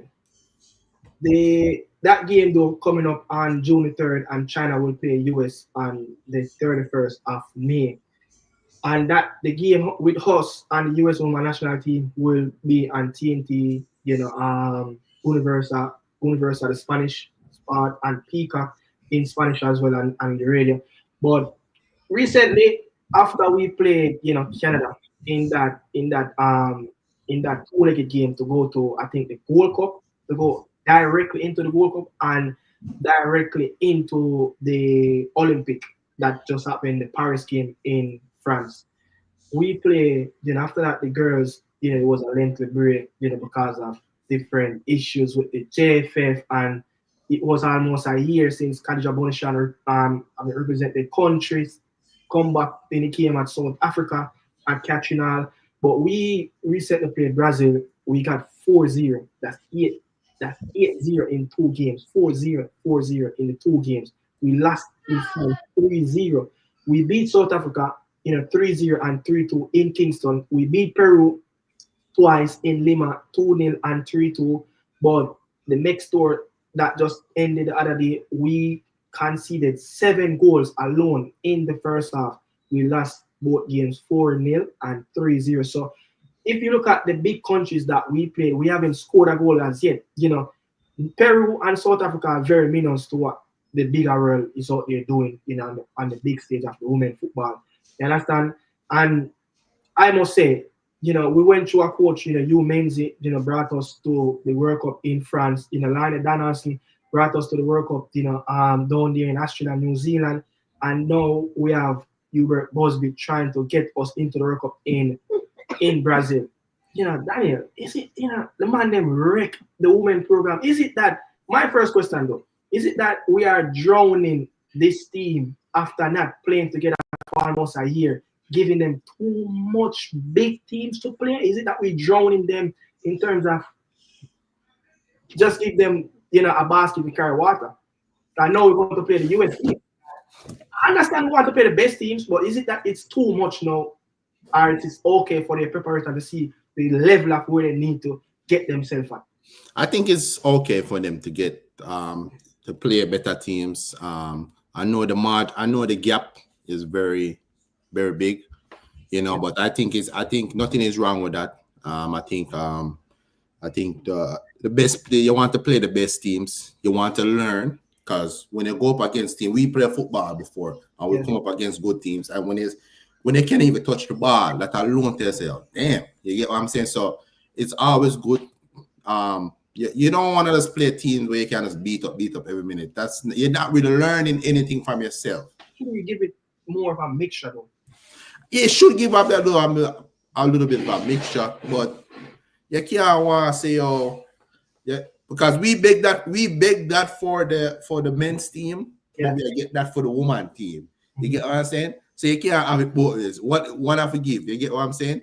Yes. So I think that is a positive that we're even able to get these type of level of games. You get what I'm saying? But hopefully the girls can learn from this and up them level this, up them training session. You get what I'm saying? So that we never know, one day we might able to get to a better level of starting to compete by just able to play in these teams on a consistent base. You get what I'm saying? Because Jamaica woman team make it to the World Cup. That's never a million days you could think of that. Yeah. You know what I'm saying? So nothing is wrong playing good team. The good teams. Nothing is wrong with that. I think I know it's sad. I know it feels bad to go into these games and get your ass beat every time and thing. But nothing is wrong playing against the best teams. Because if you want to be the best, you have to beat the best and you have to play the best. You know what I'm saying? But this is how more I may tackle now. Yeah? Hopefully we can get a red card. Maybe the JFF give a red card on this and send her off for the picture and send her off the stream. But how can you qualify for your first World Cup and then issues around payment, off the field, personal issues, who having beef? First coach left in 2020 or 19 left. You understand? The next coach that brought us to the World Cup, I think the first one was Hugh Menzies and then Lionel Donaldson. his contract didn't renew. How can you have a coach that brought us to the knockout round and lost against Colombia in the run of 16? Yeah, we draw against Brazil, we draw against France, and we beat Panama. Qualify for a knockout run for the first time. That coach contract didn't get renewed. You understand? They will go for somebody else.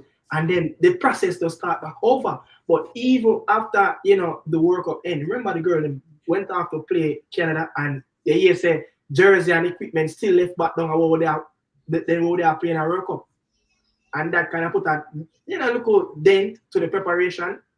Shipmate never come in early as possible for the, But what is this JFF is doing? Because we are the most successful women team in terms of getting into the World Cup outside of the Canada and the US in this region. No other team in this region have gone to back-to-back different from those teams. Mexico, I think, missing the last 2 World Cups because of us. You understand? So I think, looking at it, man, on an administration level, how can we have 2 coaches that brought us and these coaches are nowhere to be found in around the program, trying to get to 2027 in Brazil? Incompetent, arrogant, ignorant, madman, crazy people around the system, football system in the country. Ego and pride. You get what I'm saying? Something happened behind the scene why they did not renew the first coach. I don't know why. Ego and pride. Maybe because he came out and he thought on them. You know, you get what I'm saying? Like, how can a team that is playing at a level of playing at a World Cup leave their equipment them? Does that make sense? That sounds like something we used to play like under 15 football or Ace a chin. The man them left the thing back at the stadium. What can I eat that instead? Much miles away. Far Australia, New Zealand. You them saying you not check everything before you go up on that plane there. But I just ego and pride. You get what I'm saying? And until we get these people out of the federation that care about the woman team, even the men team, I just told the man them a little bit more stronger and firmer, and the men's team get a lot more support than the woman team. You get what I'm saying? Regardless of if you're winning or you're losing. Yes, winning or losing. The men's team gonna always get support regardless. We never been to World Cup till 1998 and Jamaica lose 1 match. You come back and the world like an end. US won so many World Cup, but they just recently started to get the same amount of money and the same amount of recognition as the men that can't win a World Cup. Yes, so it's just biased towards men when it comes to football. It's matter, but until when we get these people out of the federation. And thing, it's never gonna change because I'm gonna always choose him ego over the prospect of the team going forward. You get what I'm saying? That's crazy. And even the Mexican tour we played in Kansas and Houston, the coach himself missing without even a statement of why or what happened. We can understand people have personal issues. Please give us something that, this is what happened. You understand? The man named Jody and Burton out there for coach the team and the team just look full. You understand? Even though we were missing a couple pieces. You understand? But that's it, man. I have to say around the Reggae Girlz now, Daniel going to the player alone. We're going to discuss a few of the players, what happened, over the weekend as well. But I use respect when I come there. Yeah, I'm just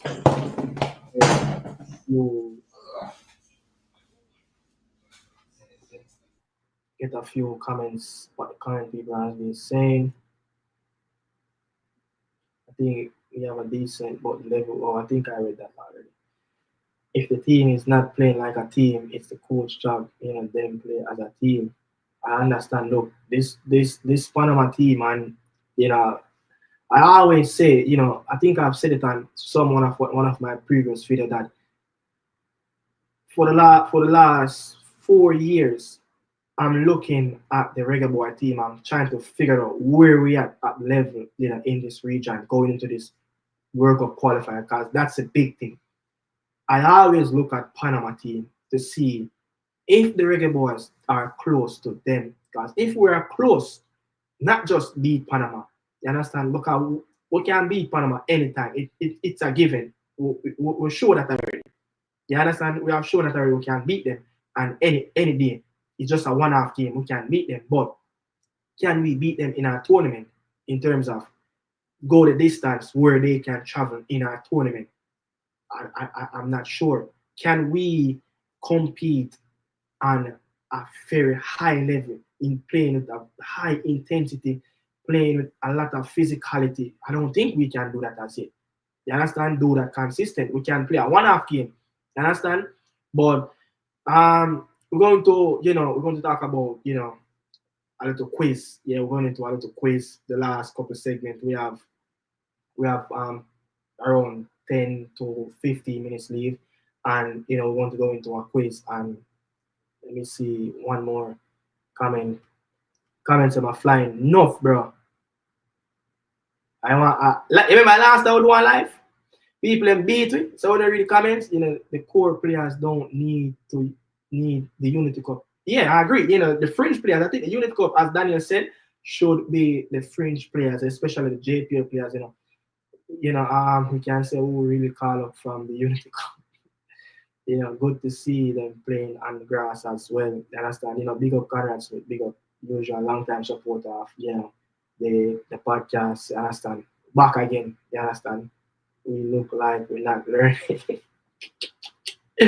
Mr. Speed and JFF mash up the ladies then. The team we in trouble. Mexico like fourth our region now. Look, it's 4 teams coming out of the next World Cup cycle for the women, Daniel. And 4 teams going to the World Cup automatically, and then the next 2 will go to a playoff where we probably play some team, the eight best team in Europe, play an African team, an Asian team, or a team from down the Oceanic, or a South American team. And then the qualifier, the championship, the women's, it's a championship, the championship round robin thing. So if we go on to go to the semi-final and finish third, and the US go to the final in that tournament, the team that finished third will qualify for the 2028 Olympic game in LA as well. So a lot of football, for the women. And remember, we failed to go to the World Cup, the Women's World Cup. Mexico went to the World Cup semi-final. They got beaten by Brazil by, they were up with 1 man down for, I think, 3/4 of the entire game. What Mexico did, I said it, when we beat Mexico in Mexico for not the amount of that World Cup, they hired the Spanish under-20 women coach that won the World Cup in Costa Rica, and he brought his entire staff with him. You understand? And you look at how Mexico been playing. Mexico been dominating us in the air. They're much physical player. They're much younger player. These players are being prepared for the last couple of years. They beat us in Panama games, I think 7-3, 5-0, I think, somewhere right there.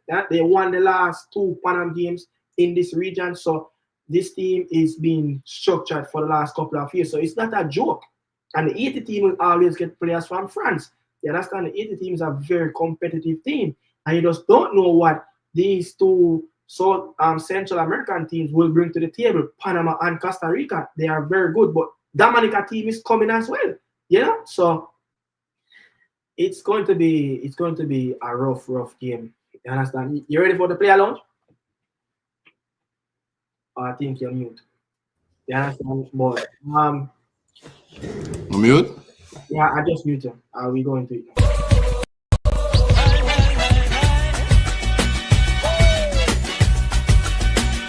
Leon Bailey scores. Goal. Daniel, it's on to you. I'm phone there. You say you ready? Oh, yeah.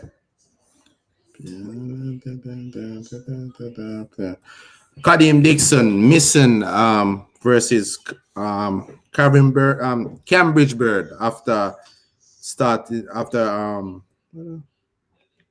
featuring the previous match in the day squad. What's going on with Kadim Dixon?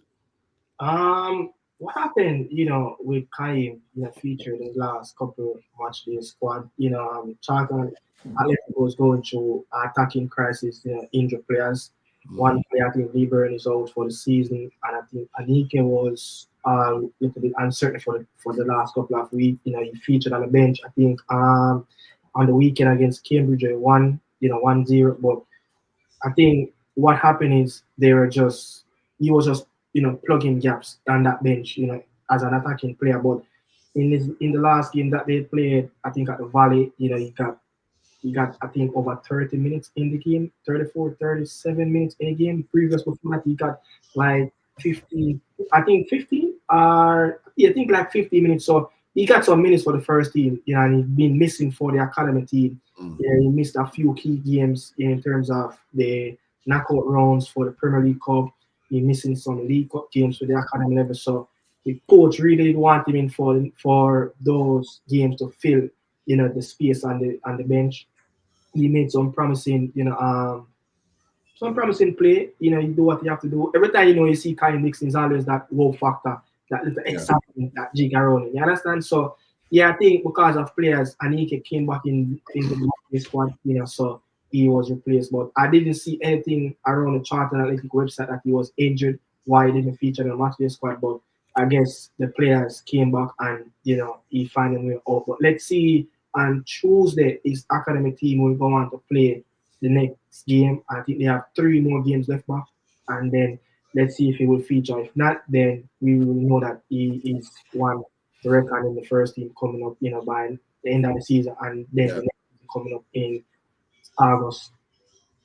Kadim Dixon, how would you assess his first season at Charlton? I know that most of the time he have been playing in the youth team, and a couple here and there game in the first team. How would you assess, his first season in the League One, going forward, and what can he do much better to be able to be consistent getting called up for the first team? I think he has scored double-digit goal, for the academy. It's a big step up. Just remember the last three years or so, he was just playing D Cup for Kleinert College. Half a season for Arnett Garden.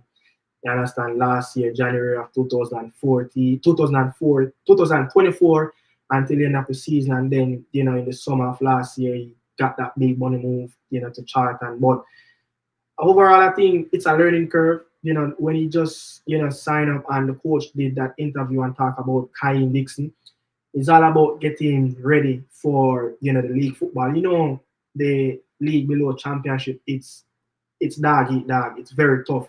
The manager will always be fighting for his job. They made bad start to the campaign that would have leave the manager to play more experienced player that can get the job for him. Don't know. Now they on a run.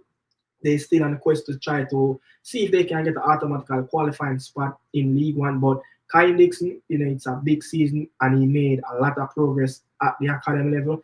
And he got moments and he have dull moments in the first team, but it's more of getting used to the level of playing English league, lower tier league, and also getting his physicality up and getting his match fitness up where he can compete.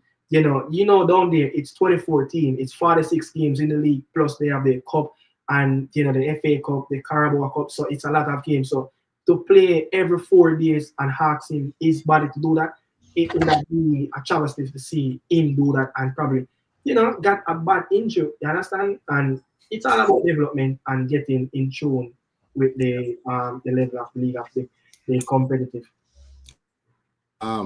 So we're gonna move on from Kadim Dixon. Hopefully he can start able to get into the first team next season. I saw he scored some wicked goal, but move on from Kadim. Move on to Leigh, baby. Been injured for a while now. Have missed the Champions League game midweek, missed the weekend game as well. Against Southampton, but hopefully can be back for the next second leg on Tuesday. What's your update on Leigh Bailey? It's weird, Daniel, because he played all of he played a lot of militant, versus St. Vincent. So I was like wondering how and where, Leigh and Bailey, picked up this injury, where and how, so it's just crazy. You understand? And Unai Emery, I've said this, I think, the build up for the Southampton game that look, Leigh and Bailey is progressing and getting better. Maybe he could work with the group today, which was the last training session before the Southampton game. If he is not able to play tomorrow, then hopefully he will be available Tuesday. So it's just weird. Like, I think his last game he played, I think was on March. I don't think it's March 12th. Was his last game that he played for Aston Villa. It's just weird. I don't know. They just say on the website that it's a knock. On the website, it's a knock. So I'm like, a knock. He played for the last 4 games. You understand? He played for the last 4. So I'm just wondering, like, what is happening? And then you see, different papers around, Birmingham, different European papers. I think the German Express at one point linking him with back to Germany, I think it's the Birmingham Live paper as well, linking away from Villa Park. But with transfer out with Bailey at this time, I think it would have been a very sad moment for him to leave the Premier League. But I just can't see him leave at the moment, especially just recently signed a new contract, Yeah. Hopefully Bailey can get back having a very disrupted season, a lot of injuries and stuff. But we're gonna move on from Leigh and Leigh. Have got injured against Portsmouth in February, all the way in February, but he's back after missing 8 games. What's your assess on him? How is he doing since he came back? He just played a game. I remember he got injured versus Portsmouth, and he played like half of the game. The first couple of minutes, into the second half, he got injured. He pulled up, and I thought it would be just a couple of weeks, but it turned to be close to a month. But he came back over the weekend. He came on just to play a couple of minutes. But it's good to see that our best left back, is back on the grass. He's back again. He's back in the matchday squad. He can help his team to move away, from get into the top half of the table and move away from the drop. So Greg Leigh is back. We know we have busy time coming up in the summer, so it's good to see him back this early more than getting him a little later. You understand, on the grass. No, he can assess his game. The coach, he's a vital piece to Oxford United. You understand? Don't forget it. He's a vital piece. He chipped in with a couple of goals already this season. So moving forward, expect him to get in the squad back. I think they have midweek games coming up and weekend games. Busy time for the championship teams. I'm hopeful. Greg Leigh is finally able to start playing very much consistently at the club level. So very much glad. But move on from Greg Leigh, we're gonna talk about Shanae Hayes. Back on the score sheet for Newcastle, but they weren't able to get the promotion to the Premier League.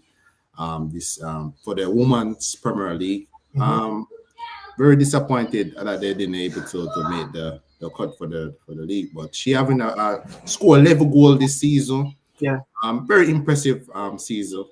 Very. What do you make of her? Because since I just started knowing about her. Like I never even know that we have a player that played for Newcastle. Yeah. Shania is, been playing, below the Premier League, the WSL, for some time. Yet to really get that big move, in the WSL, the Premier League for the women's side. She's 25. She's at the right age. She scored double-digit goal of the champion so far. It's one team, will get promoted to the Premier League, from the championship. So it's very tough to get to the WSL, but one thing though, in this era of football, does it matter if it's the men or the women?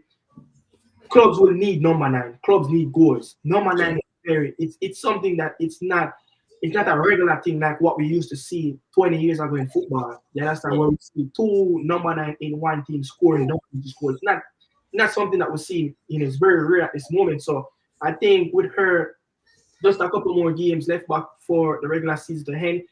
Just finish the season strong. She got missed out, and for the Mexico team. So glad to see she back fully fit. Got a goal for Newcastle. Yeah. One as well. But it's all about for her. The main thing, finish strong, get that move. I think this summer will be that big move for her to see if she can challenge herself and get into the WSL. And actually, I think she and Kayla McKenna and Bonisha is our 3 best strikers that we have. McKenna just left, the Spanish Premier, from I think one of those teams in the Metropolitan area in Madrid. No, she's in.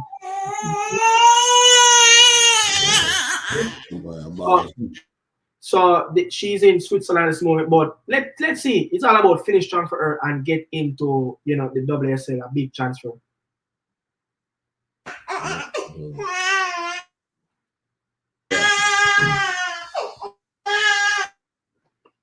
Yeah. So baby a ball. But yes. So that's the end of the player launch. Keep taking it back over. But yeah, I want to say this. With Ronald Cephas, Daniel. It's been a challenge to the team at this moment. The team got relegated last season in the second team at this moment. Scored the other day. Scored earlier today, I must say. The team is not winning. The team is like a point away from the job. It's 14 go down to the third tier of Turkish football. And Ronald Cephas. League. And Ronald Cephas. His coach have come out and said a few stuff. He said, I'm happy. Happy. With Ronald Cephas and how he's fighting and helping the team to get the W on the chart. But as long as the desire continue, there will be a common. There will be a common Ankara Gucci. And for him to say, my heart burns whenever the word relegation is spoken around Ankara Gucci, I find it unbecoming. But he said that, look, Ronald Cephas, I'm happy with him. Fighting and trying to turn around the club, but the club poor run a farm. You understand? It's good to see him talking about Cephas in this conference. And he's going to say, as long as his desire continue, he will be that commanding nominator going forward to get the team out of the rock. But if him go to the third division, Daniel, what is it? It's already chaos. Look, I went on Twitter when like 2 hours after the final whistle with his team, because there's always information on his team on Twitter, and there was like the fans who were trying to break into they said there's a section in that stadium where the officials, the administration staff for his club team always stay, and the fans were trying to break in, and the owners and the president and everybody. What's wrong? What is wrong with that league? What is wrong with Turkish league? You remember when the president go on the field and punch the referee? But Mr. Jose Mourinho boxman what there? Mr. Jose Mourinho box the opponent coach what there? What them blood a boy as a hot in the league there? I don't know, man. I don't know, Daniel. I don't know. I really don't know, man. Yeah, you know see the incident what Jose do? That's right. Remember when they were in the Turkish league, is the man that owned his club, once usually owned his club, punched the referee because of some bad call. And now he got locked up. You understand? But people, we are in the final segment of the show where we will be talking about Alejandro Dominguez, Daniel, the president of CONMEBOL, fully officially proposal to Infantino that he need a 62 teams in the 2030 World Cup. What do you think about that? That is ludicrous. 62 team in our World Cup. That's ludicrous. Why them they killing the game? Man's mad. 62 teams? Yeah. No. 32 teams is perfectly fine for the World Cup. Remember 2026 next year going to be 48. I don't like where the game is going. But will it better for the Reggae Boyz? Huh? Will it better for the Reggae Boyz? Yeah, I guess we might. who might get in, but man, overall for the football itself, it's not good. You know, there were gonna be a lot of poor teams. There gonna be a lot of games that 6-5-0. I don't like it. You know, I don't like it at all. 2030 World Cup will be in Portugal, Spain, Paraguay, Argentina, and Uruguay. I think Morocco, 5 countries. That's crazy. 5 countries will be, hosting the World Cup in 2030, and his proposal that he needs 62 teams, more money. Yeah. I don't like it. I like it too. I like how the World Cup was of the 4 years, and then the 32 teams, perfectly fine. This football gone more robotic at this point.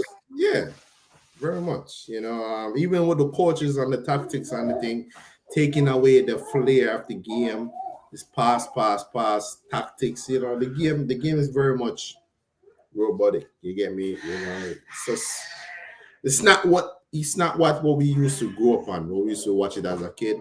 Yeah, you get what I'm saying? Like, football is just not the same. You know.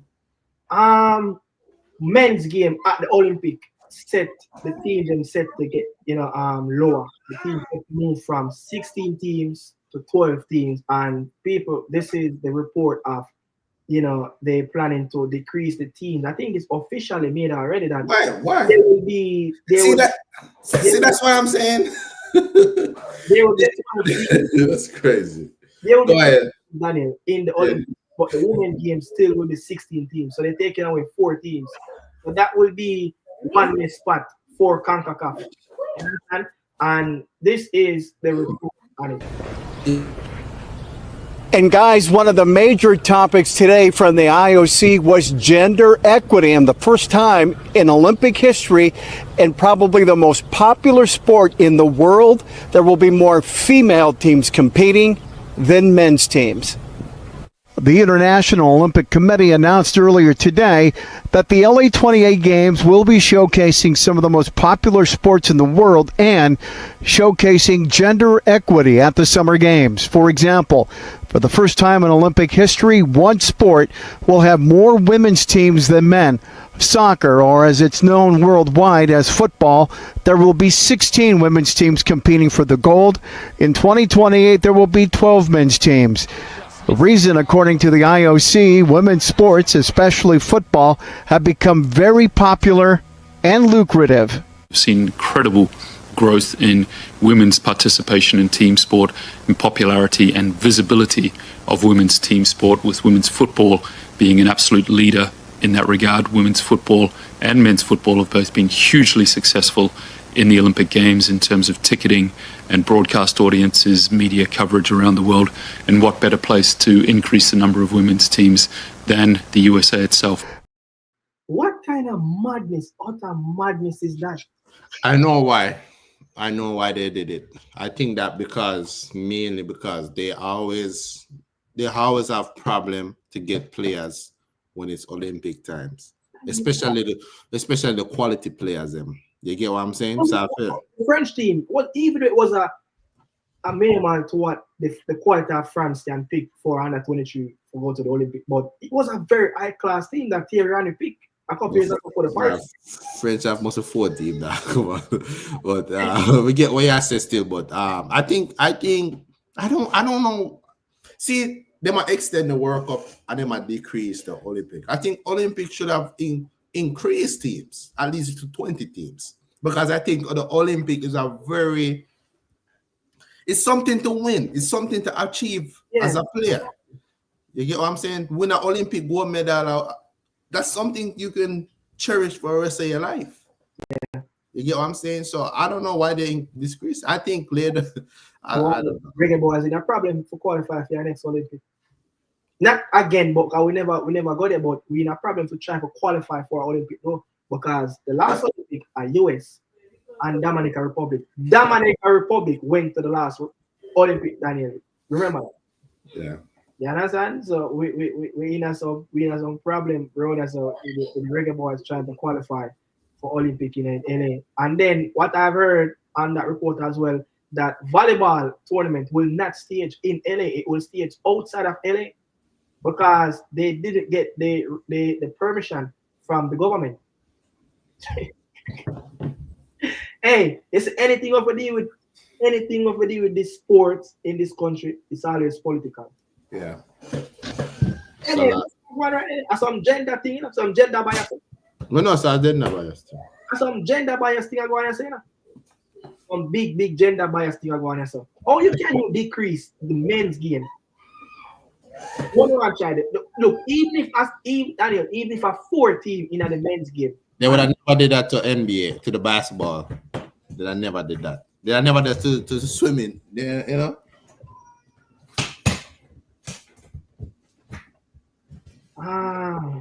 You know, just bless up the people. Forward and turn from injury. Wi-Fi was left out. Yeah. Anike, I think Anike was a player. We in a lot of send back for done. Right. As well, yeah. I will do that.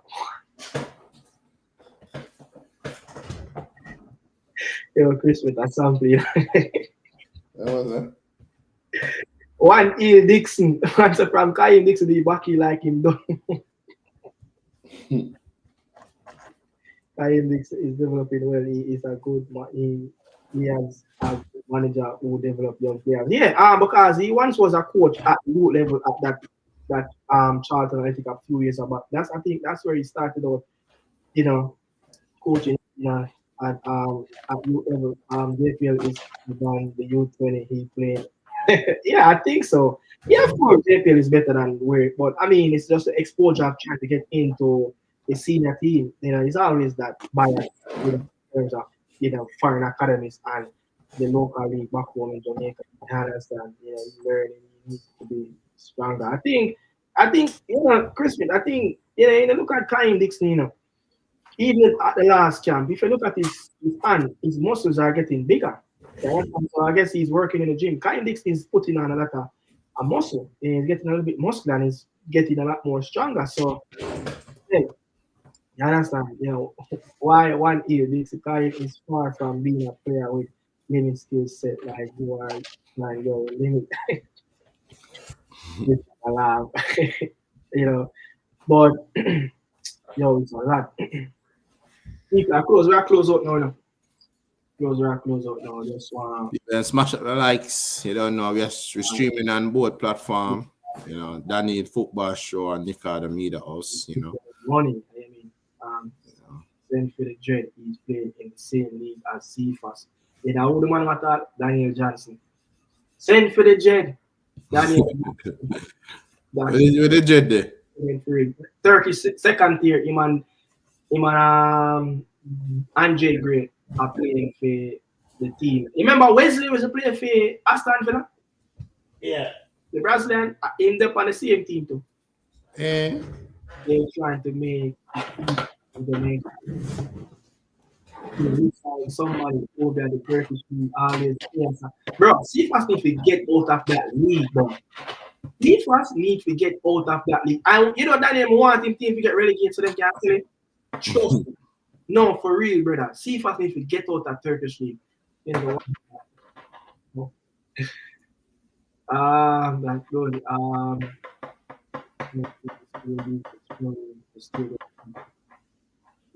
just teasing things since nice players getting better. This is really bad. Yeah, people, Daniel, that's it, with the podcast back again after the mental spell around over 2 months. Yeah? We will do this back again as we do this week. So hope to see you guys next week as well at 7:30 Eastern time. Right now it is 7:05 where Daniel is at down there in California. You didn't get burned out, brother. Now I'm get used to it now. People at the smoke. At the smoke make could have the car. Daniel smoke out. A joke. They might live far away from the south of California. They might live north side to the border. Which you live north side? You live north in California.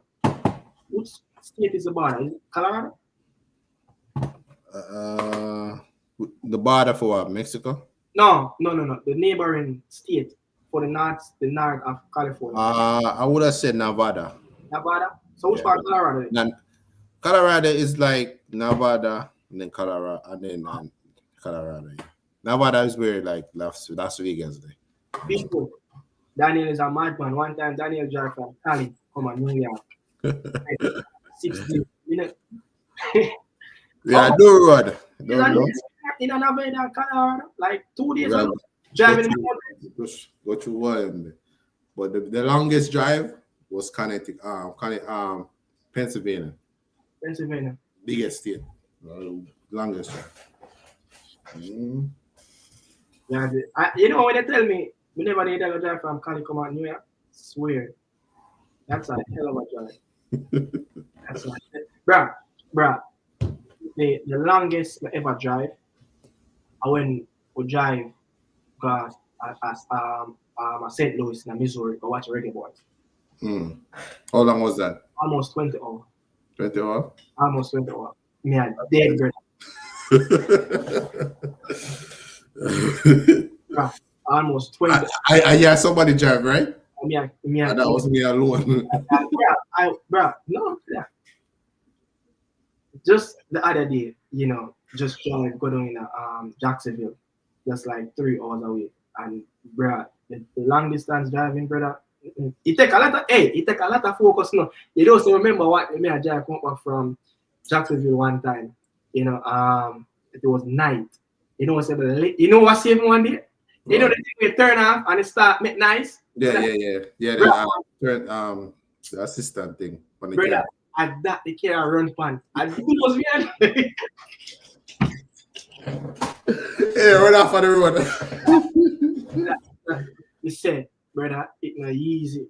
Never again will drive the late. Never. Yeah, people were there. Don't forget, smash a like and subscribe. Yes. Listen, people, we're going to do this again next week.